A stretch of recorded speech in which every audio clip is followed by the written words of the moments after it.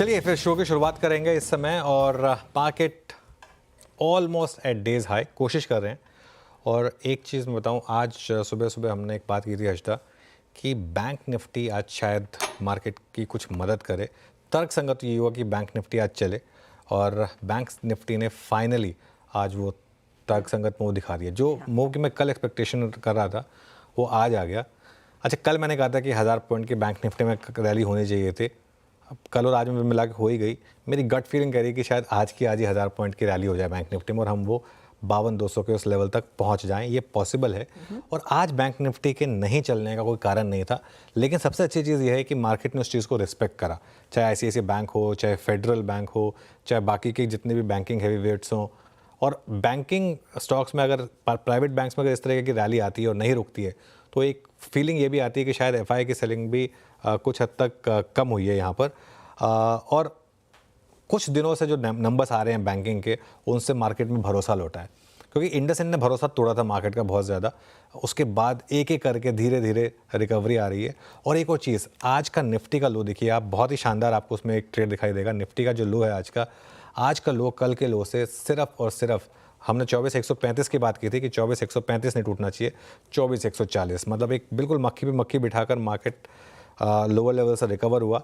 और वो जो कल का लो था उस पर स्टॉप लॉस रख के डिप्स को बाय करने की जो स्ट्रैटेजी थी वो सही रही अब तक। बस अब बंद हो जाएं हम आज डे हाई पर, क्योंकि हमारी सबसे बड़ी प्रॉब्लम ये रही है कि हम डे हाई पर बंद नहीं हो पा रहे हैं।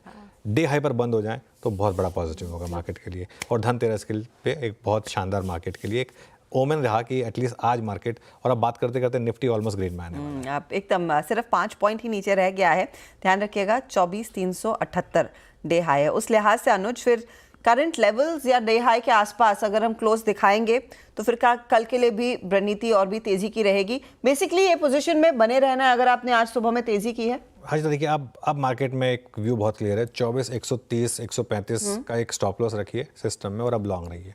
वो लगा तो लगा 200 पॉइंट का अगर एक स्टॉप लॉस लगा तो लगा, लेकिन मुझे लग रहा है कि अब एक 24,400 से 24,450 के बीच में एक रेजिस्टेंस है जहां आपका 2 दिन का हाई प्लेस्ड है। आज का हाई 24,378 है। आज हमने हायर लो ज़रूर बनाया, लेकिन अब तक हमारा हाई जो है वो कल के हाई से नीचे है। तो एक बार 24,400 450 को क्रॉस करना ज़रूरी होगा।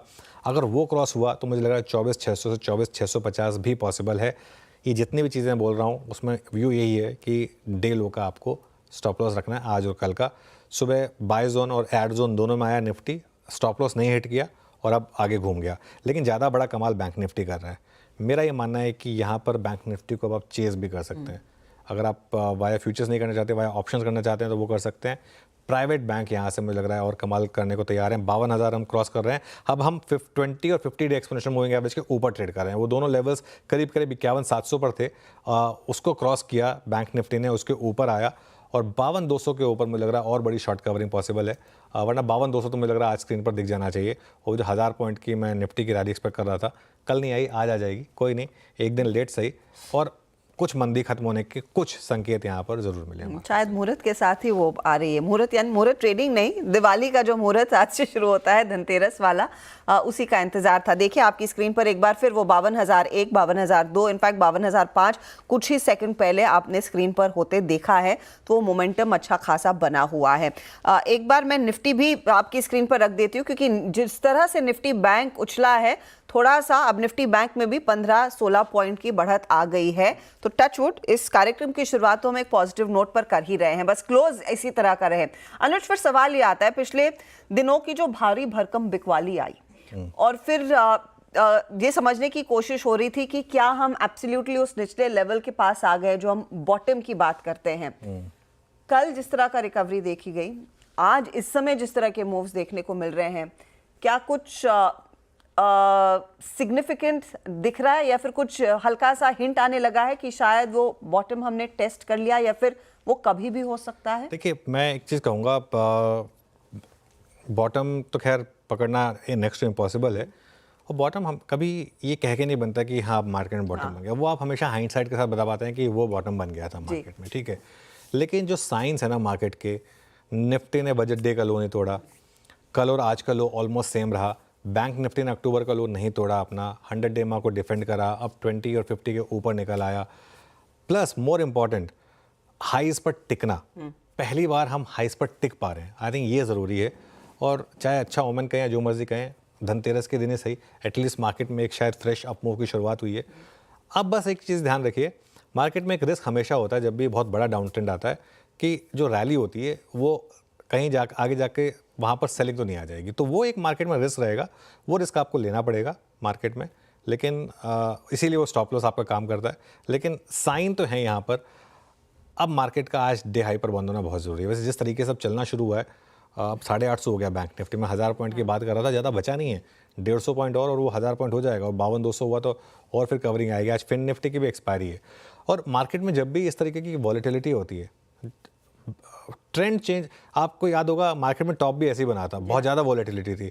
जब मार्केट में बहुत ज़्यादा वॉलेटिलिटी होना, आज सुबह हम क्या बात कर रहे थे कि 37 मिनट में इतने सारे मूव्स आ गए, हर 6 मिनट में एक। हाँ, तो वो नॉर्मली ट्रेंड चेंज के बाद में आता है।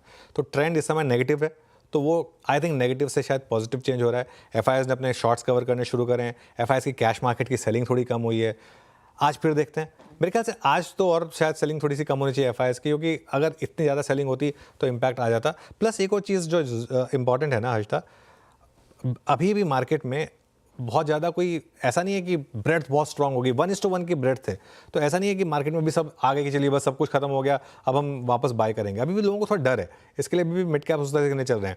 और एक चीज़, अभी भी ऐसा नहीं है कि सारी अर्निंग्स ठीक हो गई। आज मारुति का प्राइस बिहेवियर देखिए, उसने आज फिर थोड़ा सा आपको थोड़ा सा डिसअपॉइंट किया है। तो कंजम्पशन वगैरह दिक्कत अभी भी है, ऐसा नहीं है। हमने कितना प्राइसिंग कर लिया, जब ये अर्निंग सीजन शुरू हुआ था हमने एक बात की थी कि अर्निंग सीजन थोड़ा सा वीक होगा, मार्केट ने कुछ हद तक प्राइसिंग करने की कोशिश की थी। लेकिन जब 2-3 हाउलर आ गए, जैसे बजाज ऑटो की कमेंट्री आ गई है, उसके बाद जब इंडसइंड बैंक का वो हाउलर नंबर आ गया, तब मार्केट को लगा कि नहीं, शायद अर्निंग सीजन से ज़्यादा वीक है। अब मारुति के नंबर आए, मारुति को पनिश कर दिया इसने, लेकिन क्या अब उसकी वजह से पूरी मार्केट को वापस पनिश किया जाए या नहीं किया जाए, या ये प्राइस में है, ये देखना होगा। 900 पॉइंट बैंक निफ्टी ऊपर हो गया, ये तो मेरे ख्याल से 1000 पे भी नहीं रुकने वाला। अब जिस तरीके से मूव आने शुरू हो गए हैं। अनुज, मैं कह सकती हूँ फिर एक चीज़ कॉन्फिडेंस के साथ कि देखिए 2:02 पर आपके मुंह पर सरस्वती बैठी थी, क्योंकि उसी लिहाज से वो एक्शन आता हुआ दिखाई दिया। सुबह मैंने आशीष को बोला था, जब आशीष ने कहा था कि 1000 पॉइंट के बैंक निफ्टी, ऐसे कुछ बात कोई लेवल डिस्कस हुआ था, मैं कहा था कि आपने बोला है तो हो भी जाएगा। तो वो बिल्कुल इन चीज़ों में ताकत होती है। 52,200, देखिए 52,200 की बात करें तो 52,200 अब ऑलमोस्ट आ गया, और 1000 पॉइंट की बैंक निफ्टी में रैली। फिन निफ्टी की एक्सपायरी है, आज सुबह बात हो रही थी कि फिन निफ्टी को आज चेस करिए। हाँ, 52,200 आ गया बैंक निफ्टी पर, 1000 पॉइंट की रैली। अभी तो 1.5 घंटा बाकी है मार्केट में। अभी बस एक्शन बस स्क्रीन पर शुरू हुआ है, फटाफट से चलिए। वो काउंटर्स जिन्होंने लीड किया है इस मूव को, वो आपकी स्क्रीन पर लेकर आएंगे। तेजी वाले शेयरों के साथ ट्रेंडिंग स्टॉक्स की शुरुआत होगी, फिर ऑफ कोर्स हमारे जानकारों को भी जोड़ना शुरू करेंगे फटाफट से। तो लेकर आइएगा वो पूरे पॉकेट्स जहां पर अच्छा खासा मूव देखने को मिला है। बैंकिंग काउंटर्स के बल पर ही दरअसल ये रैली देखने को मिली है। एसबीआई हो, एचडीएफसी लाइफ हो, एसबीआई लाइफ हो, बीईएल जैसे काउंटर्स हो, उनके बल पर दरअसल वो तेजी बनी है। इसके अलावा फेडरल बैंक जैसा ट्रेड, मनप्पुरम फाइनेंस जैसा ट्रेड, ये कुछ तेजी में है। एस्कॉट्स कुबोटा आज बहुत तगड़ा रन दिखा रहा है, 4% के गेंस, और डिक्सन टेक में भी हमने देखा है करीब 5% तक की तेजी बनती दिखाई दी है। लेकिन बिखरा क्या है? मारुति, और मारुति के नंबर्स में कुछ गड़बड़ आएगा, इसका डर सुबह से ही बन रहा था। करीब 6% का नॉक इसने लिया। सुबह से टाटा मोटर्स को भी नीचे खींचा है मारुति ने, और फिर hero motor Corp, doctor Reddy जैसे स्टॉक्स। आपको याद होगा फार्मा काउंटर्स आज सुबह में मुनाफा वसूली झेल रहे थे। कल की तेजी वाला काउंटर बंधन बैंक 3% नीचे है। जुबलेंट फूड में सुबह में शिल्पा ने एक शॉर्ट कॉल दिया था, 2.5% की गिरावट है वहां। सिंजीन, ग्लेनमार्क फार्मा, ये दूसरे पॉकेट्स है जहां पर कुछ मुनाफा वसूली देखने को मिल रही है। अब ऐसे में आपकी क्या रणनीति होगी, किन ट्रेड्स पर फोकस करना है, इस सब पर बातचीत करने के लिए हमारे साथ मयूरेश जोशी है मार्केट स्मिथ इंडिया के फंडामेंटल्स पर। टेक्निकल कॉल्स के लिए हमारे पैनल में प्रकाश काबा, मानस जायसवाल, अमित सेठ, रचना वैद, सोनी पटनायक और जतिन गेडिया है। 2:15 बजे हाल को लेकर एक बड़ी राहत की खबर आ रही है, लक्ष्मण रॉय को जुड़ेंगे उसी पर। 2:20 पर पंजाब नेशनल बैंक के नतीजों पर कंपनी के एमडी और सीईओ अतुल कुमार गोयल हमारे साथ होंगे। 2:30 बजे आपको मैं बताऊंगी कि जोमेटो के सामने अब स्विगी की वैल्यूएशन कैसे उभर कर आ रही है। साथ ही साथ 2:35 पर हम बात करेंगे धनतेरस पर सोने चांदी में खरीदारी का मूड कैसा है, मार्केट में किस तरह की हरकत चल रही है, उसका एक ग्राउंड रिपोर्ट आपकी स्क्रीन पर हम लेकर आएंगे हमारी टीम के साथ। 2:45 पर यतिन आपको बताएंगे एलएनटी और डाबर के नंबर से क्या एक्सपेक्ट किया जाए, और साथ ही दीपाली आपको बताएंगी बायोकॉन और टाटा पावर के नंबर्स क्या प्रेजेंट करेंगे। 250 पर सिट्रस एडवाइजर्स के फाउंडर संजय सिन्हा हमारा साथ देंगे। फिर डीलिंग रूम का जायजा 3 बजे BTST STBT ट्रेड्स, क्लोजिंग की स्ट्रैटेजी और क्लोज की तरफ बढ़ेंगे। चलिए शुरुआत करते हैं फिर कॉल्स लेने की, और हमारा पैनल पूरी तरीके से तैयार है। उससे पहले एक बार आप जरा बैंक निफ्टी का कंट्रीब्यूशन लेकर आइए, क्योंकि अब हर्षदा एग्जैक्ट 1000 पॉइंट हो गए बैंक निफ्टी पे। एग्जैक्ट 1000 पॉइंट की रैली अब इस समय बैंक निफ्टी पर आपको स्क्रीन पर दिखाई देगी। और अब आएगा बैंक निफ्टी का कंट्रीब्यूशन ICICI बैंक। फाइनली ये चीज़ जो मैं कल एक्सपेक्ट कर रहा था वो आज हुई है। कल मैं एक्सपेक्ट कर रहा था कि ICICI बैंक अपना ऑल टाइम हाई हिट करेगा और 4-5% ऊपर होगा। ऑलमोस्ट अब हम ऑल टाइम हाई की तरफ बढ़ते हुए ICICI बैंक पर। HDFC बैंक ने शानदार सपोर्ट दिया, SBI भी चल रहा। अच्छा, ये एक और चीज़ मार्केट की है एक्चुअली, और ये भी तर्कसंगत है कि अगर ICICI और एक्सिस के नंबर अच्छे हैं और अगर PSU बैंकों के नंबर अच्छे हैं तो फिर एक ही बचा है बड़ा नंबर SBI, उसके भी नंबर अच्छे ही आने चाहिए। तो इसके लिए मार्केट SBI पर भी फोकस कर रहा है। और ये देखिए SBI में क्या शानदार आज तेज़ी आई है। कुल मिलाकर 1000 पॉइंट बैंक निफ्टी पर पूरे होते हुए। गुड आफ्टरनून गाबा सर, एक शानदार शुरुआत धनतेरस के थ्रू फेस्टिव सीजन की, इस समय का ट्रेड। बिल्कुल, good afternoon to you once again. बहुत बढ़िया आपको मिला है बैंकिंग में, और स्टॉक मैंने चुना है मेरा पोर्टफोलियो स्टॉक HDFC बैंक। 1763 पर ट्रेड कर रहा है, स्टॉप होगा 1745 पर। टारगेट मेरे ख्याल से 1780 फर्स्ट रहेगा, लेकिन लगता है 1800 की तरफ जा रहा है अब की बार, 1800 पार ऐसा लगता है बैंक। और ये भी देखिए 1.5% के गेन्स पर कारोबार करता हुआ 1800 की तरफ तेजी से बढ़ रहा है काउंटर। रचना जी नमस्कार, धनतेरस की शुभकामनाएं, बताइए क्या ट्रेड है।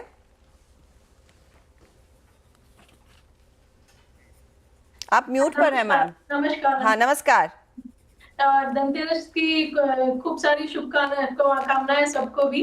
और मेरी तरफ से जो ट्रेड रहेगा that will be in HDFC bank को हम यहाँ से रचना जी आप शायद म्यूट पर नहीं थी, आप शायद आपने चैनल वो सुना भी नहीं था। गाबा सर ने अभी HDFC बैंक दिया है, आपको कोई और स्टॉक चुनना पड़ेगा। All right. In that case, we'll go with Kotak Bank. And Kotak Bank का 1760 का प्राइस है फ्यूचर्स पे। यहाँ पे इसको बाय करेंगे with stop loss of 740 and upside पे इसमें टारगेट रहेगा 780 एंड 790 का फ्यूचर्स पे। ओके, कोटक बैंक ये हो गई रचना जी के पिक। मानस, गुड आफ्टरनून। मानस, आप क्या पिक कर रहे हैं इस समय ट्रेड? अनुज जी, तो देखिए MCX पे खरीदारी करने की राय रहेगी। एक कंसोलिडेशन का टाइम देखा हमने करीब 10 दिन से, लेकिन अब पैटर्न को देख के लग रहा है कि अब MCX नेक्स्ट मूव के लिए तैयार है। तो MCX के फ्यूचर में खरीदारी करने की राय रहेगी। करंट लेवल्स पे इसके फ्यूचर में खरीदारी करिए। स्टॉप लॉस 6600 के नीचे लगाएंगे, लेकिन टारगेट सेट करेंगे 6950 के। तो MCX के फ्यूचर में खरीदारी करनी। MCX के फ्यूचर में खरीदारी का कॉल यहाँ पर बाय साइड का एक और ट्रेड बन रहा है। अब चलते हैं सोनी जी के पास। सोनी जी बताइए आपका ट्रेड। जी गुड आफ्टरनून एवरीवन। सबको धनतेरस की ढेर सारी शुभकामनाएं। मेरा यहाँ पे बाय रहेगा HAL पे। नवंबर फ्यूचर्स पे खरीदारी करने की सलाह रहेगी। यहाँ पे करंट प्राइस 40 to 20 चल रहा है, इसी प्राइस पे बाय कर सकते हैं। फ्यूचर्स में 4150 का यहाँ पे एक स्टॉप लॉस रहेगा, टारगेट है 4320 4360। HAL यहाँ पर एक आज सुबह आई थिंक लक्ष्मण जी ने न्यूज़ भी ब्रेक की थी, उसका भी एक इम्पैक्ट यहाँ पर हिंदुस्तान एरोनॉटिक्स में। जतिन के पास चलते हैं। Jatin, good afternoon. जतिन, आपकी ट्रेड? Good afternoon everyone. जो हमारा ट्रेड होगा लॉन्ग साइड की तरफ बजाज फाइनेंस में होगा। आर्ली चार्ट्स पे एक बुलिश फ्लैग पैटर्न का ब्रेकआउट है। हमें लगता है कि अगले दो से तीन ट्रेडिंग सेशन के लिए मोमेंटम जारी रहेगा। 7500 पे टारगेट रहेंगे और उसमें स्टॉप लॉस 6900 का रखना होगा। लॉन्ग साइड की तरफ बजाज फाइनेंस में ट्रेड लिया जा सकता है। बजाज फाइनेंस में एक मौका, तेजी की पोजीशन यहाँ पर भी, और ये भी एक काउंटर है जो दरअसल कर रहा है आउट परफॉर्म। चलिए मयूरेश को जोड़ लेते हैं। मयूरेश नमस्कार, स्वागत है आपका। बताइए समय का ट्रेड क्या है? नमस्कार रचिता जी, नमस्कार अनुज जी। धनतेरस की सबको ढेर सारी शुभकामनाएं, आपको CNBC आवाज की पूरी टीम को और सारे दर्शकों को जो आवाज देख रहे हैं। जहां तक पिक का सवाल है, जो हमारी दिवाली पिक रिपोर्ट में भी हमने इंक्लूड किया है KE इंटरनेशनल। हालांकि नंबर्स थोड़े बिलो एक्सपेक्टेशन रहे हैं, but the management is still expecting the guidance and second half execution to remain extremely strong. और इसके मद्देनजर रखते हुए एक जो इनकी लीडरशिप पोजीशन है T&D इंफ्रास्ट्रक्चर स्पेस में, हम जो एक एक्सपेक्टेशन मान के रख सकते हैं in terms of their outreach, civil works को लेके, रेलवेज को लेके, रिन्यूएबल्स को लेके, ऑयल एंड गैस पाइपलाइंस और केबल्स को लेके, यानी जो पूरी इंफ्रास्ट्रक्चर थीम की हम बात कर रहे हैं, इसका जो एक ईपीसी पार्ट होता है, ये पूरा का पूरा आई थिंक एईसी संभालती है और सभी सेक्टर्स और सब सेगमेंट्स के लिए टेलविंड्स, रेलवेज, टीएनडी, रिन्यूएबल्स, केबल्स, जहां गवर्नमेंट केपेक्स और एलोकेशंस काफी सिग्निफिकेंट हो सकते हैं। हैविंग सेड दैट, जो ओवरऑल ऑर्डर बुक है 32,000 करोड़ की, एक अच्छी खासी रेवेन्यू विजिबिलिटी देती है। इंडिया एंड ओवरसीज ये ऑर्डर बुक एब्सोल्युटली मैच्ड है, 50-50, 53% इंडिया है, 47% अब्रॉड, यानी ओवरसीज ऑर्डर बुक है, and they are executing it well. तो कहीं ना कहीं आई थिंक जो मार्जिन परफॉर्मेंस है यहाँ पे भी सुधार होने की पूरी क्षमता है in the next few quarters. Debt levels कम हो रहे हैं और net debt to EBITDA and net debt to equity has been coming down every passing year. तो हमें लगता है आई थिंक एईसी एक अच्छा विकल्प हो सकता है आपके वॉच लिस्ट पे जरूर। तो ये देखिए, ये एक और तेजी वाला ट्रेड, सारे जानकार उसी मूड में आ गए जो बाजार आपको मूड दिखा रहा है, खरीदारी वाला, तेजी वाला। एक बार कंट्रीब्यूटर स्क्रीन पर लेकर आएंगे और आपको एक चीज, निफ्टी के कंट्रीब्यूटर्स, एक चीज दिखाई देगी कि धीरे धीरे करके पहले आईटी में वो मामला बनता हुआ दिखाई दिया था तेजी का, बैंकों ने लीडरशिप ली है, अलग अलग पॉकेट्स की तरफ से थोड़े थोड़े सिग्नल्स आ रहे हैं जो शायद फर्म अप हो रहे हैं। अब तक हमने सुबह से जो भी बातचीत की है अनुज, यही बातचीत की है कि देखिए यहाँ से अगली मूव जो आएगी वो बैंक्स लीड करेंगे, वो स्क्रीन पर आ चुका। ऐसी कुछ और भी थीम्स उभर कर आएंगे जहां पर शायद मौके होंगे जो शायद अर्निंग्स अब पचाकर अब लोग जिस पर ध्यान देना शुरू करें। बिल्कुल, मेरे ख्याल से कई बार ना हम डर जाते हैं एक पर्टिकुलर इंडेक्स के मूव से कि अब तो मेरे हाथ से निकल गया। मेरा ये मानना है कि आज एक मूव की शुरुआत हुई है बैंक निफ्टी में और PSU बैंकों में, और आज सुबह भी जो मैं एक चीज़ डिस्कस कर रहा था, और कुछ नहीं तो बैंक निफ्टी का ETF और एक निफ्टी PSU बैंक का ETF, दोनों के ETF, उन दोनों पर आप इन लेवल पर भी बाय कर सकते हैं। कारण बताता हूँ मैं आपको, एक सिर्फ इंडसइंड बैंक को छोड़ दें तो बाकी सारे नंबर्स बहुत अच्छे हैं, और ये एक पॉकेट है जहाँ पर अभी भी वैल्यूएशन कंफर्ट है।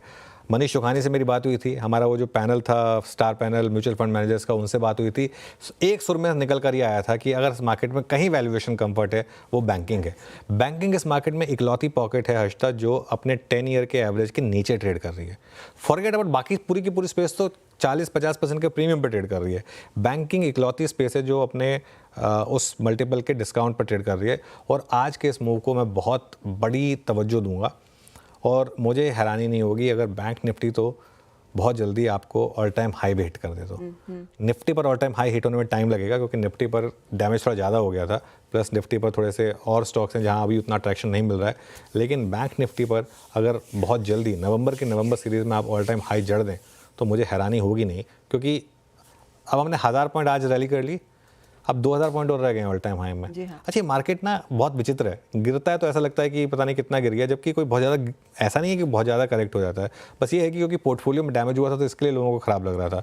लेकिन जैसा मैं कह रहा हूँ, मुझे बिल्कुल हैरानी नहीं होगी अगर नवंबर सीरीज़ में हम ऑल टाइम हाई हिट करें यहाँ पर। तो चलिए, तो नवंबर में ही all time high, fingers crossed, वो होता हुआ दिखाई देगा तो और भी बेहतर, एक अच्छा खासा पोटेंशियल, एक अच्छा खासा मूव देखने को मिलेगा। अब देखिए, कुछ दिन ऐसे होते हैं जब सारी चीज़ें ठीक से फिर इन लाइन अलाइन होने लगती हैं, और ऐसी ही कुछ खबर आज के इस पुल बैक में हाल के लिए भी आई है। हाल के लिए एक बहुत बड़ी दिक्कत थी कि GE के साथ जो करार हुआ था इनके तेजस एयरक्राफ्ट्स के इंजन सप्लाई का, उसमें काफ़ी डीले देखने को मिला।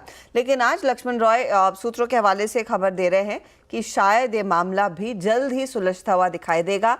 लक्ष्मण जी, बहुत लंबा इंतज़ार शायद GE ने कराया है, ये मामला बार बार सरकता गया। अगस्त में लास्ट अपडेट था कि होपफुली आएगा, लेकिन आज हम अक्टूबर में बैठे हैं। आपके सूत्र क्या कह रहे हैं, कब तक वो सप्लाई ऑफ इंजन शुरू होता हुआ दिखाई देगा, और ये कितना इंपॉर्टेंट है हाल के लिए? देखिए, ये दरअसल अब ये इंतजार खत्म हो रहा है और अब ये ठोस तरीके से एक आम सहमति बन गई है कि GE अपने जेट इंजन की सप्लाई मार्च से करना शुरू कर देगा HAL को, और ये F404 जेट इंजन है जो कि तेजस मार्क 1A फाइटर एयरक्राफ्ट में लगाया जाएगा। और पिछले दिनों रक्षा मंत्री विदेश दौरे पे गए थे, US गए थे, तो वहां भी इसको लेकर के मुद्दा उठा और उस पर लंबी बातचीत हुई, और फिर ये सहमति बनी कि अब ज्यादा देर करना मुश्किल हो जाएगा। तो फिर ये हुआ कि GE के जो भी इंजन जाने हैं वो सप्लाई मार्च से शुरू हो जाए, और GE की तरफ से जो संकेत मिल रहे हैं, यहाँ पे सूत्र बता रहे हैं कि ये कमिटमेंट कमिटमेंट किया गया कि जो भी वादा किया गया था, जो डील की गई थी, उस डील के मुताबिक सभी जेट इंजन की सप्लाई एचएएल को की जाएगी। अब दूसरा सवाल कि एचएएल के लिए कितना इंपॉर्टेंट है, तो एचएएल के लिए बहुत ज्यादा इंपॉर्टेंट है, क्योंकि फरवरी 2011 में इंडियन एयरफोर्स ने एचएएल के साथ करार किया था कि उन्हें 83 ऐसे तेजस मार्क 1A एयरक्राफ्ट चाहिए। तो करार तो हो गया था, अब करार होने के बाद एयरक्राफ्ट तो बना रहा है एचएएल, लेकिन उसमें जो इंजन लगना है वो इंजन आना था जीई की तरफ से। तो फिर एचएएल ने क्या किया, जीई के साथ करार किया, और ये करार आपको $716 मिलियन की डील हुई थी कि आप हमें इंजन की सप्लाई करेंगे, 99 इंजन की सप्लाई करेंगे। लेकिन उस करार के बाद तय समय के हिसाब से सप्लाई नहीं हो रही थी, यही वजह से इंडियन एयरफोर्स को सप्लाई किया जाता है एयरक्राफ्ट, वो खटाई में पड़ता जा रहा था। लेकिन अब चूंकि इंजन आना शुरू हो जाएगा तो एयरक्राफ्ट की सप्लाई भी एचएएल की तरफ से इंडियन एयरक्राफ्ट को होना शुरू हो जाएगा, जिसके तहत पहले चरण में 3 फाइटर सप्लाई करनी है, और फिर हर साल आपको 16 एयरक्राफ्ट सप्लाई करनी है अगले 5 साल तक के लिए। तो अगर ये सफल रहा तो इंडियन एयरफोर्स से और भी ऑर्डर मिलने की संभावना जताई जा रही है। इसीलिए एचएएल के लिए बहुत बड़ी खबर है। एचएएल के लिए बहुत बड़ी खबर। लक्ष्मण जी, शुक्रिया इस खबर के लिए। और स्टॉक आप करीब 2% ऊपर, इस पर हम टेक्निकल चेक ऑलरेडी ले चुके हैं सोनी जी की तरफ से, लेकिन स्टॉक में शानदार मूव है। एक और स्टॉक जहां पर थोड़ा सा मूव आ रहा है वो है सिप्ला के नंबर्स आए और नंबर्स अच्छे लग रहे हैं आज तक। इनकम और प्रॉफिट दोनों एस्टिमेट से थोड़ी सी अहेड है, लेकिन मैं जिस नंबर की वेट कर रहा हूँ वो है एबिटा नंबर। अगर वो नंबर अच्छा आया, जो लग रहा आना चाहिए, तो वो काफ़ी बड़ा पॉजिटिव हो सकता है। करीब 1885 करोड़ का एबिटा है, जो पोल था वो करीब 1820 करोड़ का था, और मार्जिन भी 27%, पोल 26% का था। तो कुल मिलाकर और स्टॉक करेक्ट हो चुका है, फार्मा के सारे स्टॉक्स करेक्ट हो चुके हैं यहाँ पर। तो ये एक अच्छा नंबर माना जाएगा सिप्ला का, और देखते हैं कि इसकी वजह से क्या स्टॉक में थोड़ी सी बाइंग आती है वापस। अब 1480 पर मार्केट का आज मूड थोड़ा सा बैंकों में ज़्यादा है, लेकिन नंबर्स तो अच्छे हैं, इसमें कोई डाउट नहीं है। आज समहाउ वो फॉर्मूला तेजी वाला फार्मा कंपनियों के फेवर में नहीं गया, डिस्पाइट द फैक्ट कि सन फार्मा का बहुत ही बढ़िया प्रदर्शन था। सिप्ला हालांकि डे लो से थोड़ी सी अपनी चाल को सुधारने में लगा जरूर है।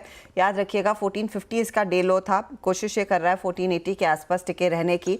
खुला ये मजबूत था, अच्छी तेजी पर खुला था, और 1500 से फिर ये 1450 तक गया। अब नंबर्स तो हैं अच्छे, उसमें कोई दो राय नहीं है, कुछ और बारीकियां आ जाएंगी, लेकिन चार्ट्स पर क्या कॉन्फिडेंस है इस समय जतिन कोई भी ट्रेड लेने का, जहां पर बाकी पूरा फार्मा पैक आज थोड़ा सा मुनाफा वसूली के गिरफ्त में है?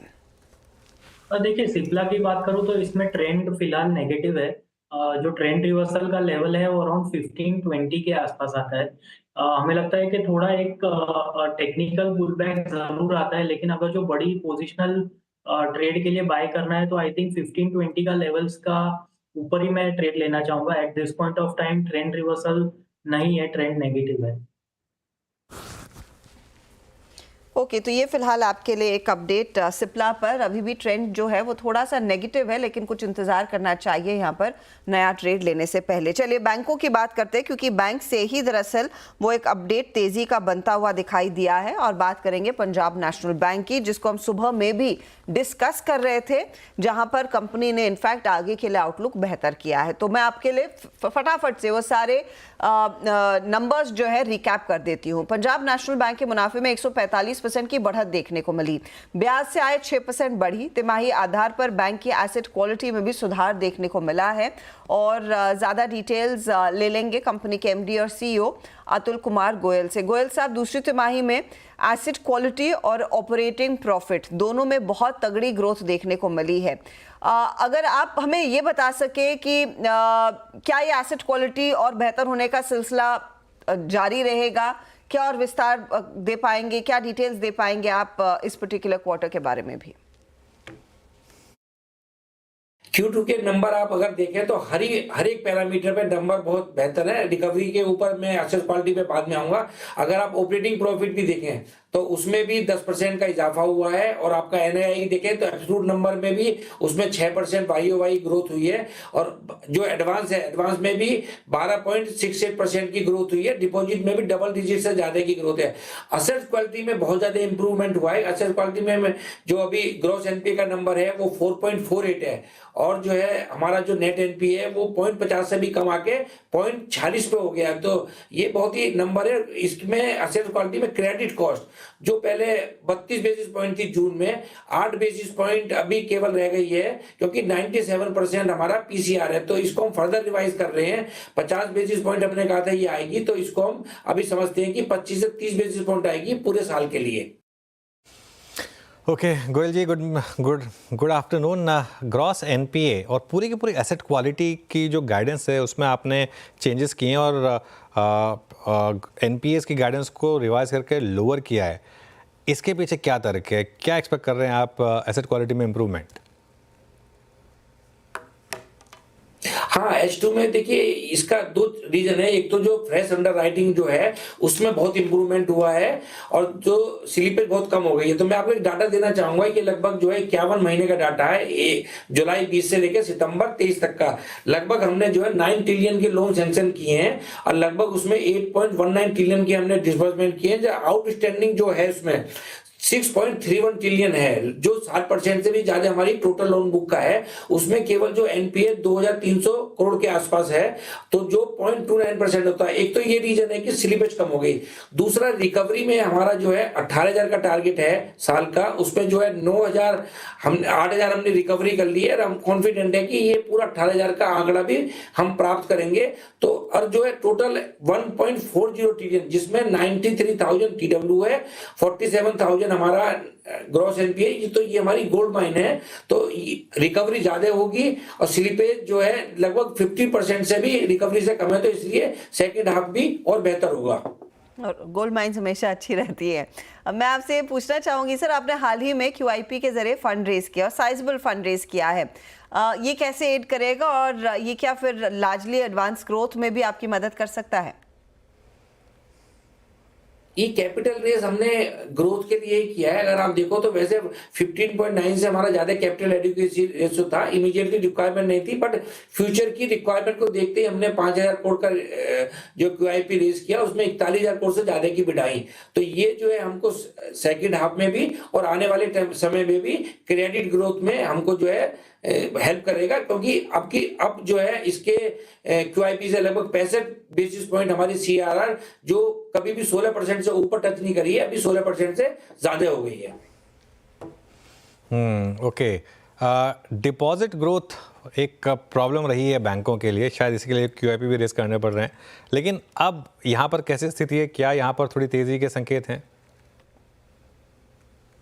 नहीं, अगर आप देखो तो सेकंड क्वार्टर में हमारी ग्रोथ जो है 11% से ज्यादा है, जो पहले क्वार्टर में कम थी। तो डिपॉजिट जो है पीएनबी के लिए चैलेंज नहीं है, क्योंकि हमारे पास 10,000 ब्रांचें हैं, 20 करोड़ कस्टमर हैं। लास्ट ईयर हमने 2 करोड़ से ज्यादा सेविंग बैंक अकाउंट खोले थे। इस फर्स्ट हाफ में भी 1 करोड़, लास्ट ईयर हमने 1 करोड़ से ज्यादा खोले थे और इस बार जो है 60 लाख पहले हाफ में हमने खोल लिए हैं। सिमिलरली करंट अकाउंट भी हम जो है 50% से ज्यादा जितने बार खोले थे उसमें है। और सारी ब्रांचों को हमने टैप दे दिया। टैप देने से अकाउंट ओपनिंग की प्रोसेस बहुत ईजी हो गई है। तो ये जो है हमारा जो है कासा पे ज्यादा है और हमारा 73% केवल जो है सीडी रेशो है और लगभग 73,000 हमारे पास एक्सेस एसएलआर है। तो हमको डिपॉजिट की दरकार ज्यादा है नहीं, बट फोकस है कि किस तरह कॉस्ट ऑफ डिपॉजिट को कम करके हम कासा बढ़ाना चाहते हैं। फेयर इनफ सर, मैं पर ये भी समझना चाहूंगी कि यहाँ से एग्री और पर्सनल लोन्स में क्या स्थिति बनेगी, क्योंकि स्लिपेज का डर यहाँ पर है, स्पेशली पर्सनल लोन सेगमेंट में अक्रॉस बैंक्स ने मेंशन किया है कि थोड़ी सी दिक्कतें आई हैं। हमारा बहुत कम पोर्टफोलियो है। हमारा जो है रिटेल पर्सनल लोन में टोटल अनसिक्योर्ड 26,000 करोड़ प्लस है, जिसमें 1,000 करोड़ क्रेडिट कार्ड का है, लगभग 4,000 करोड़ जो है एजुकेशन लोन का, 4,500 करोड़ पेंशन का, लगभग 18,000 करोड़ हमारा केवल जो है पर्सनल लोन है। इसमें 4,200 करोड़ लगभग डिजिटल का, बाकी फिजिकल का। तो जब हमने प्रोडक्ट लॉन्च किया तो हमने एस्टिमेट किया है इसमें डेलिकेंसी 2% के आसपास होनी चाहिए। तो अभी जो हम अगर देख रहे हैं तो वो उसी के आसपास ही है। तो हमको ज्यादा इसमें कोई रिस्क हमारे बैंक में नहीं, क्योंकि अमाउंट बहुत कम है। अतुल जी, शुक्रिया आज हमारे साथ जुड़ने के लिए और अपने नंबर्स डिटेल में एक्सप्लेन करने के लिए। पीएनबी, मयूरेश, कोई व्यू सरकारी बैंकों पर? एक पॉजिटिव व्यू रहेगा अनुज जी, क्योंकि आई थिंक नंबर्स काफी पॉजिटिव रहे। अगर आप काफी सारे पीएसयू बैंक्स की बात करें तो नंबर्स एसेट क्वालिटी को लेके, नंबर्स लोन ग्रोथ को लेके, डिपॉजिट ग्रोथ को लेके जितनी ये बैंकों ने प्रोविजनिंग की है, I was hearing commentaries across banks, PNB, मैं सुबह इंडियन बैंक की कमेंट्री सुन रहा था, इनके ख्याल से जो रिकवरी एस्पेक्ट है ये बहुत ज्यादा होगा और इसके वजह से जो जीएनपी एनपीए की ट्रेजेक्टरी है वो तो कम होती ही जाएगी, because they have actually provided for 90-95% on the balance sheet. जैसे रिकवरी एस्पेक्ट बढ़ता है सीधा बॉटम लाइन पे रिफ्लेक्ट होता है और इसकी वजह से आई थिंक जो एक इंक्रीमेंटल ग्रोथ आएगी आरओईज में काफी सिग्निफिकेंट होगी। Obviously I think capital adequacy decently placed at this point of time and how the treasury manages the entire borrowing mix, ये बहुत अहम होगा। whether they raise CDs, CPs to manage the redemption spreads, ये देखना लाजमी होगा। वो number शानदार रहे हैं, तो I think bank of Baroda, bank of Maharashtra, Indian bank, PNB शायद अच्छे नंबर्स पोस्ट किए हैं। Bank of Baroda as an example and bank of Maharashtra and Indian bank is something that we hold in our global portfolios. Meanwhile एक बार आप जरा लेकर आइए निफ्टी हश्ता 24,420 पर और कल का हाई था 24,492। अब मैं सुबह जब शो की शुरुआत की तो एक चीज़ कही थी कि भाई हायर लो तो बना लिया, हायर हाई का क्या पता नहीं। अगर मार्केट मोड में है, अभी भी टाइम बाकी है, 1 घंटा बाकी है। बैंक निफ्टी ने तो हायर लो और हायर हाई दोनों बना दिया आज।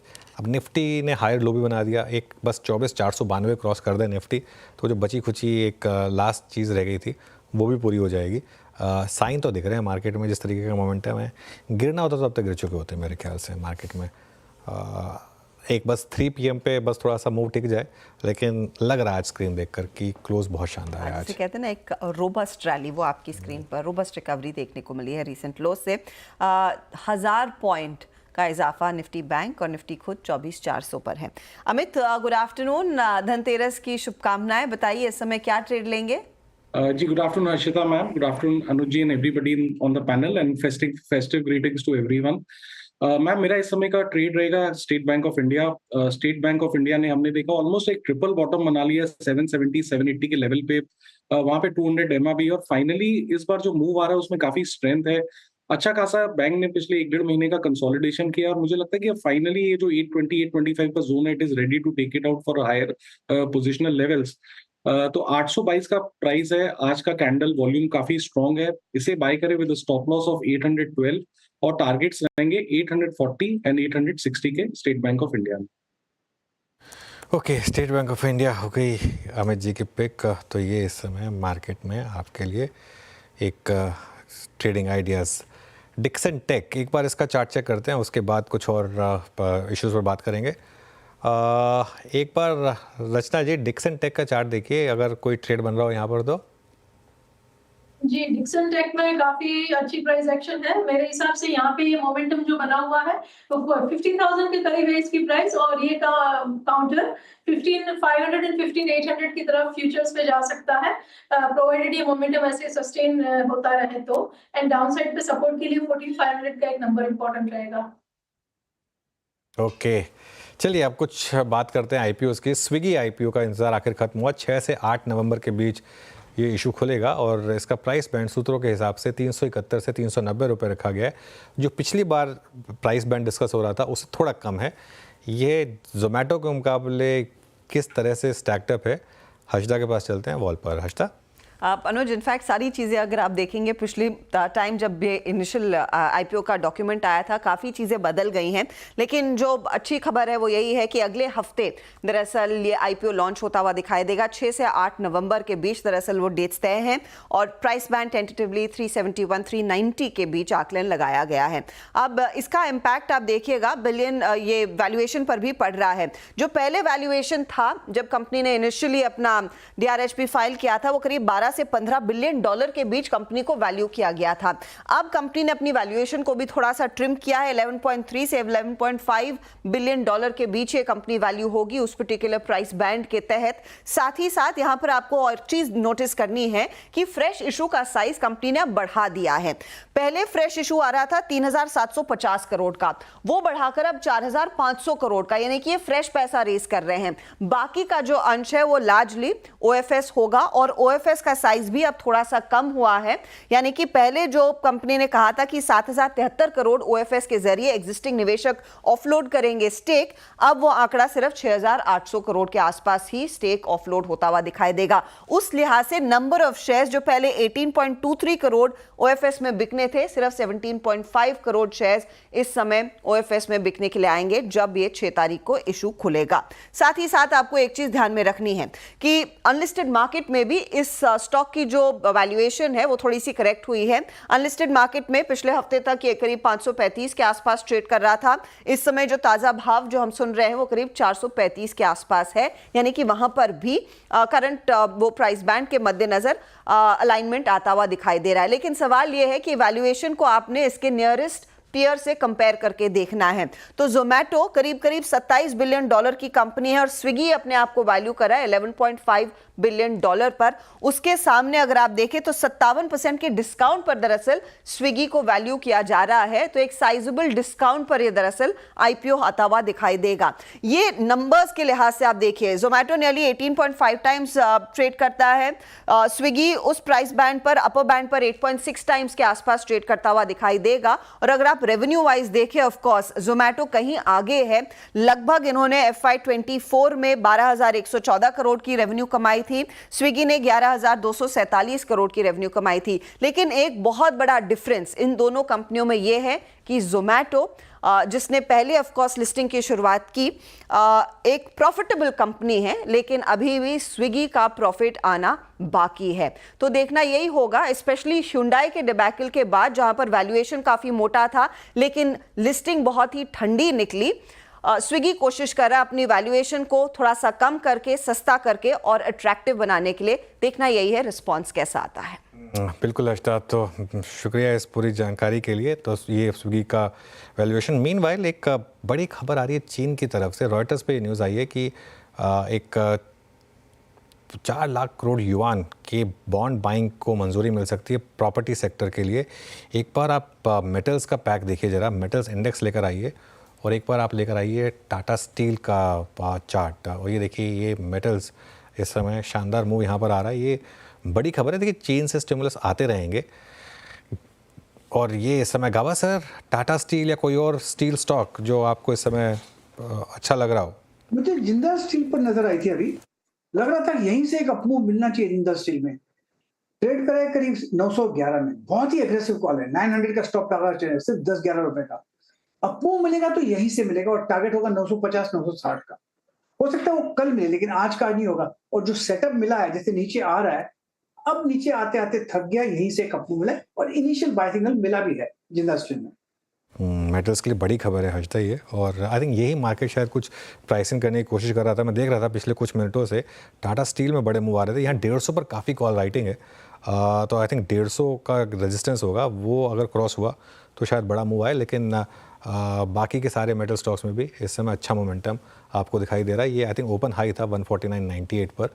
तो ये पूरा का पूरा सेक्टर जो है इस समय यहाँ पर अच्छे मूव्स आपको दिखाई दे रहे हैं। इनफैक्ट हिंडाल्को में भी वही स्थिति बनती हुई दिखाई दे रही है। पिछले 5 मिनटों की बात है, करीब 1.5% का निचले लेवल से रिकवरी आती हुई आपके लिए। वो पूरा पैक एक बार लेकर आइए। मेटल इंडेक्स का एक बार चार्ट दिखाइएगा डायरेक्टर साहब, क्योंकि वहां पर ये इंडिविजुअली हम स्टॉक्स देख रहे हैं जहां पर पोजीशंस बनती हुई दिखाई दे रही है, लेकिन मेटल इंडेक्स में क्या वो मूव चार्ट पर भी दिखाई दे रहा है?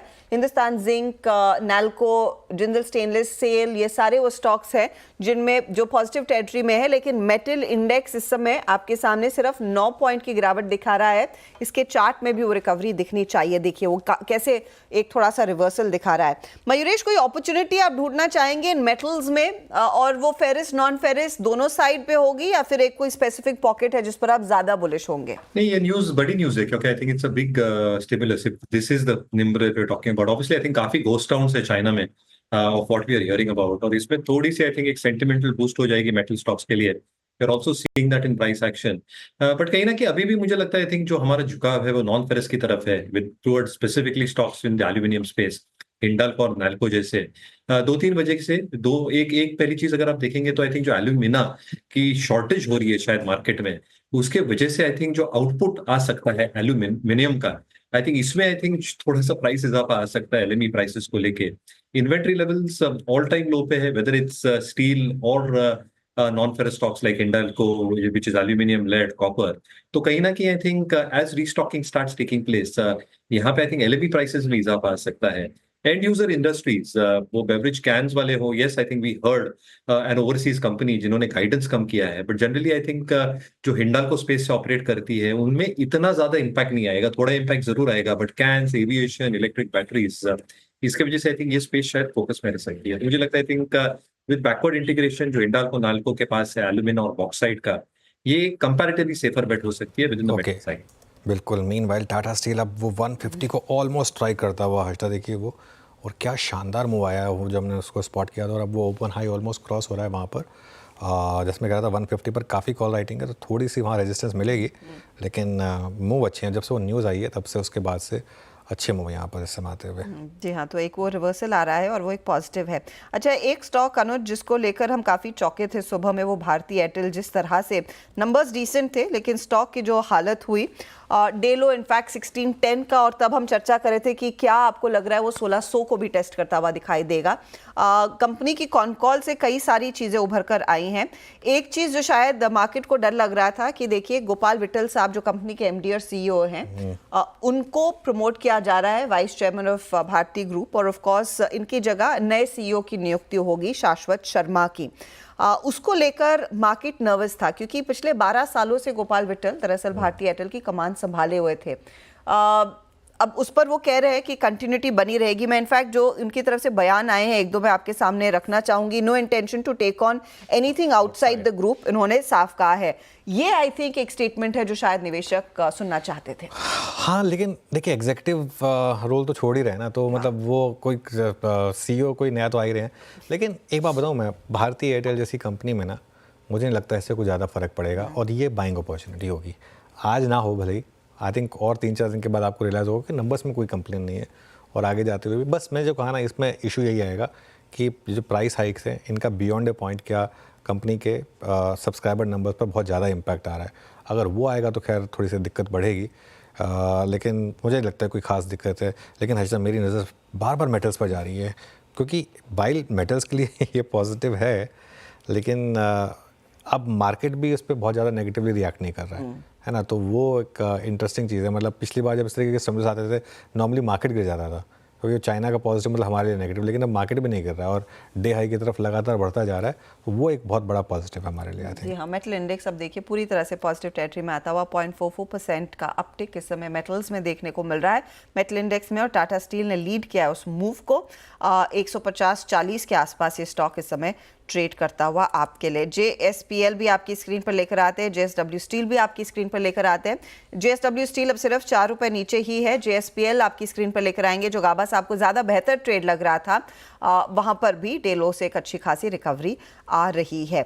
स्क्रीन पर लेकर आते हैं मारुति का शेयर. अनुज, इसको हमने पहले सुबह में मेंशन किया था कि शायद मार्केट में डर है. अभी अभी वो फ्लैश आया, आई थिंक वो प्रेस कॉन्फ्रेंस शुरू हो चुकी है. पिछले साल के मुकाबले ग्रोथ में धीमापन है, चेयरमैन साहब कह रहे हैं. वैसे एक बात बताऊँ, अगर आप हम बात ही कर रहे थे कि इतनी इन्वेंट्री है, डिस्काउंट पे डिस्काउंट आ रहे हैं, तो आई डोंट नो मार्केट क्या एक्सपेक्ट कर रहा था फ्रैंकली. ये आई थिंक आज सुबह सुबह बात हुई थी, ये आई थिंक शायद मार्केट के लिए टेक्निकली एक ईजी ट्रेड रही होगी कि भाई मारुति के नंबर्स खराब ही आने हैं.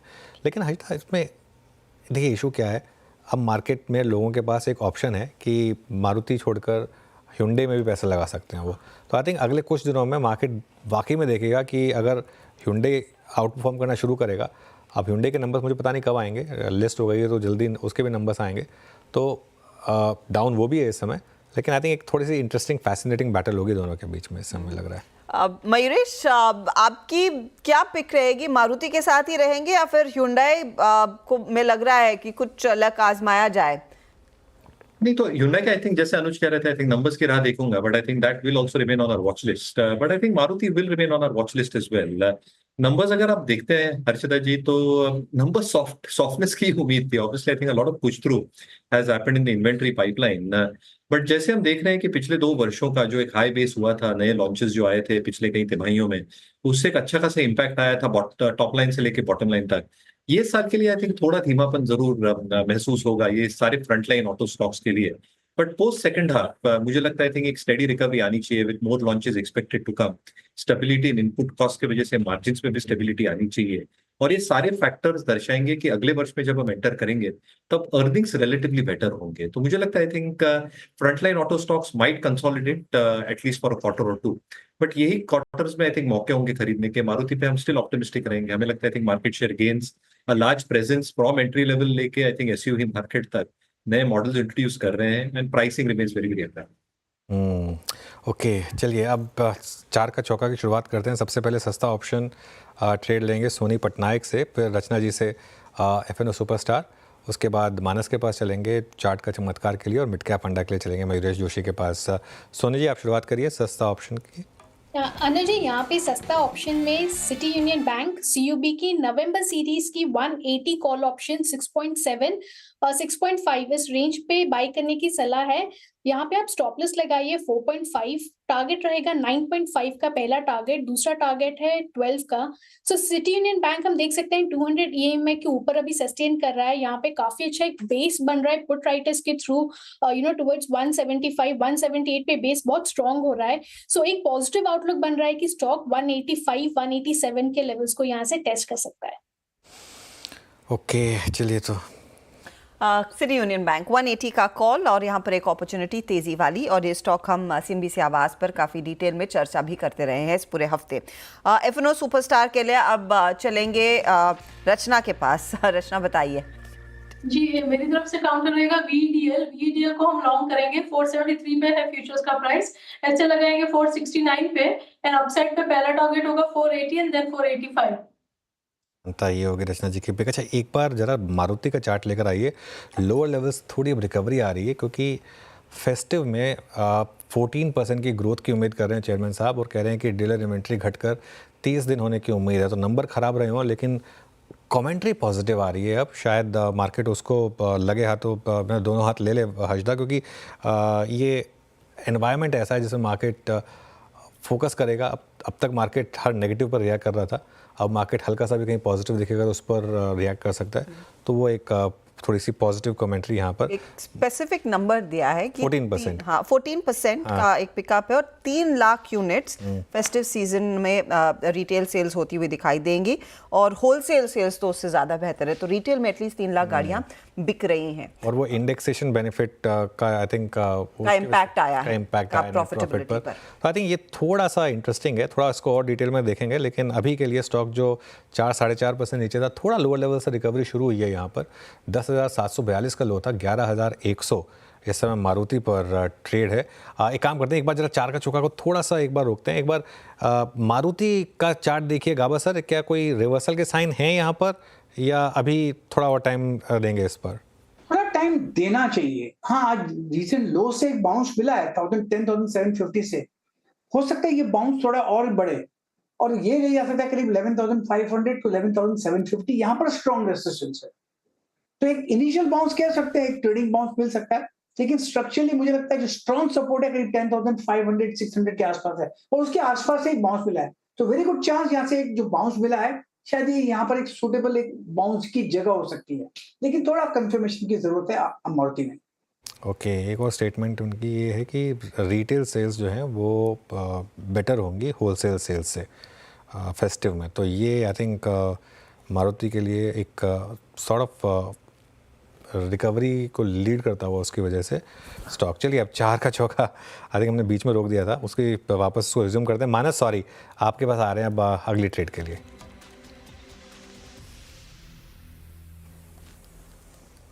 मानस जी, अनुज जी, REC PFC ये दोनों स्टॉक चार्ट पे अच्छे लगते हैं। मेरा इस टाइम जो पिक है वो REC पे रहेगा। अगर आप देखेंगे तो पिछले करीब एक मंथ में 3 बार स्टॉक ने 200 मूविंग एवरेज पे सपोर्ट लिया, हायर बॉटम बना है, और अब मेरे ख्याल से जो इनवर्स टेंडेंशियल पैटर्न बन रहा है उसका नेक लाइन ब्रेक करने को तैयार है। तो REC में 529 के स्टॉप लॉस से खरीदारी करनी है, 565 तक के टारगेट्स पॉसिबल।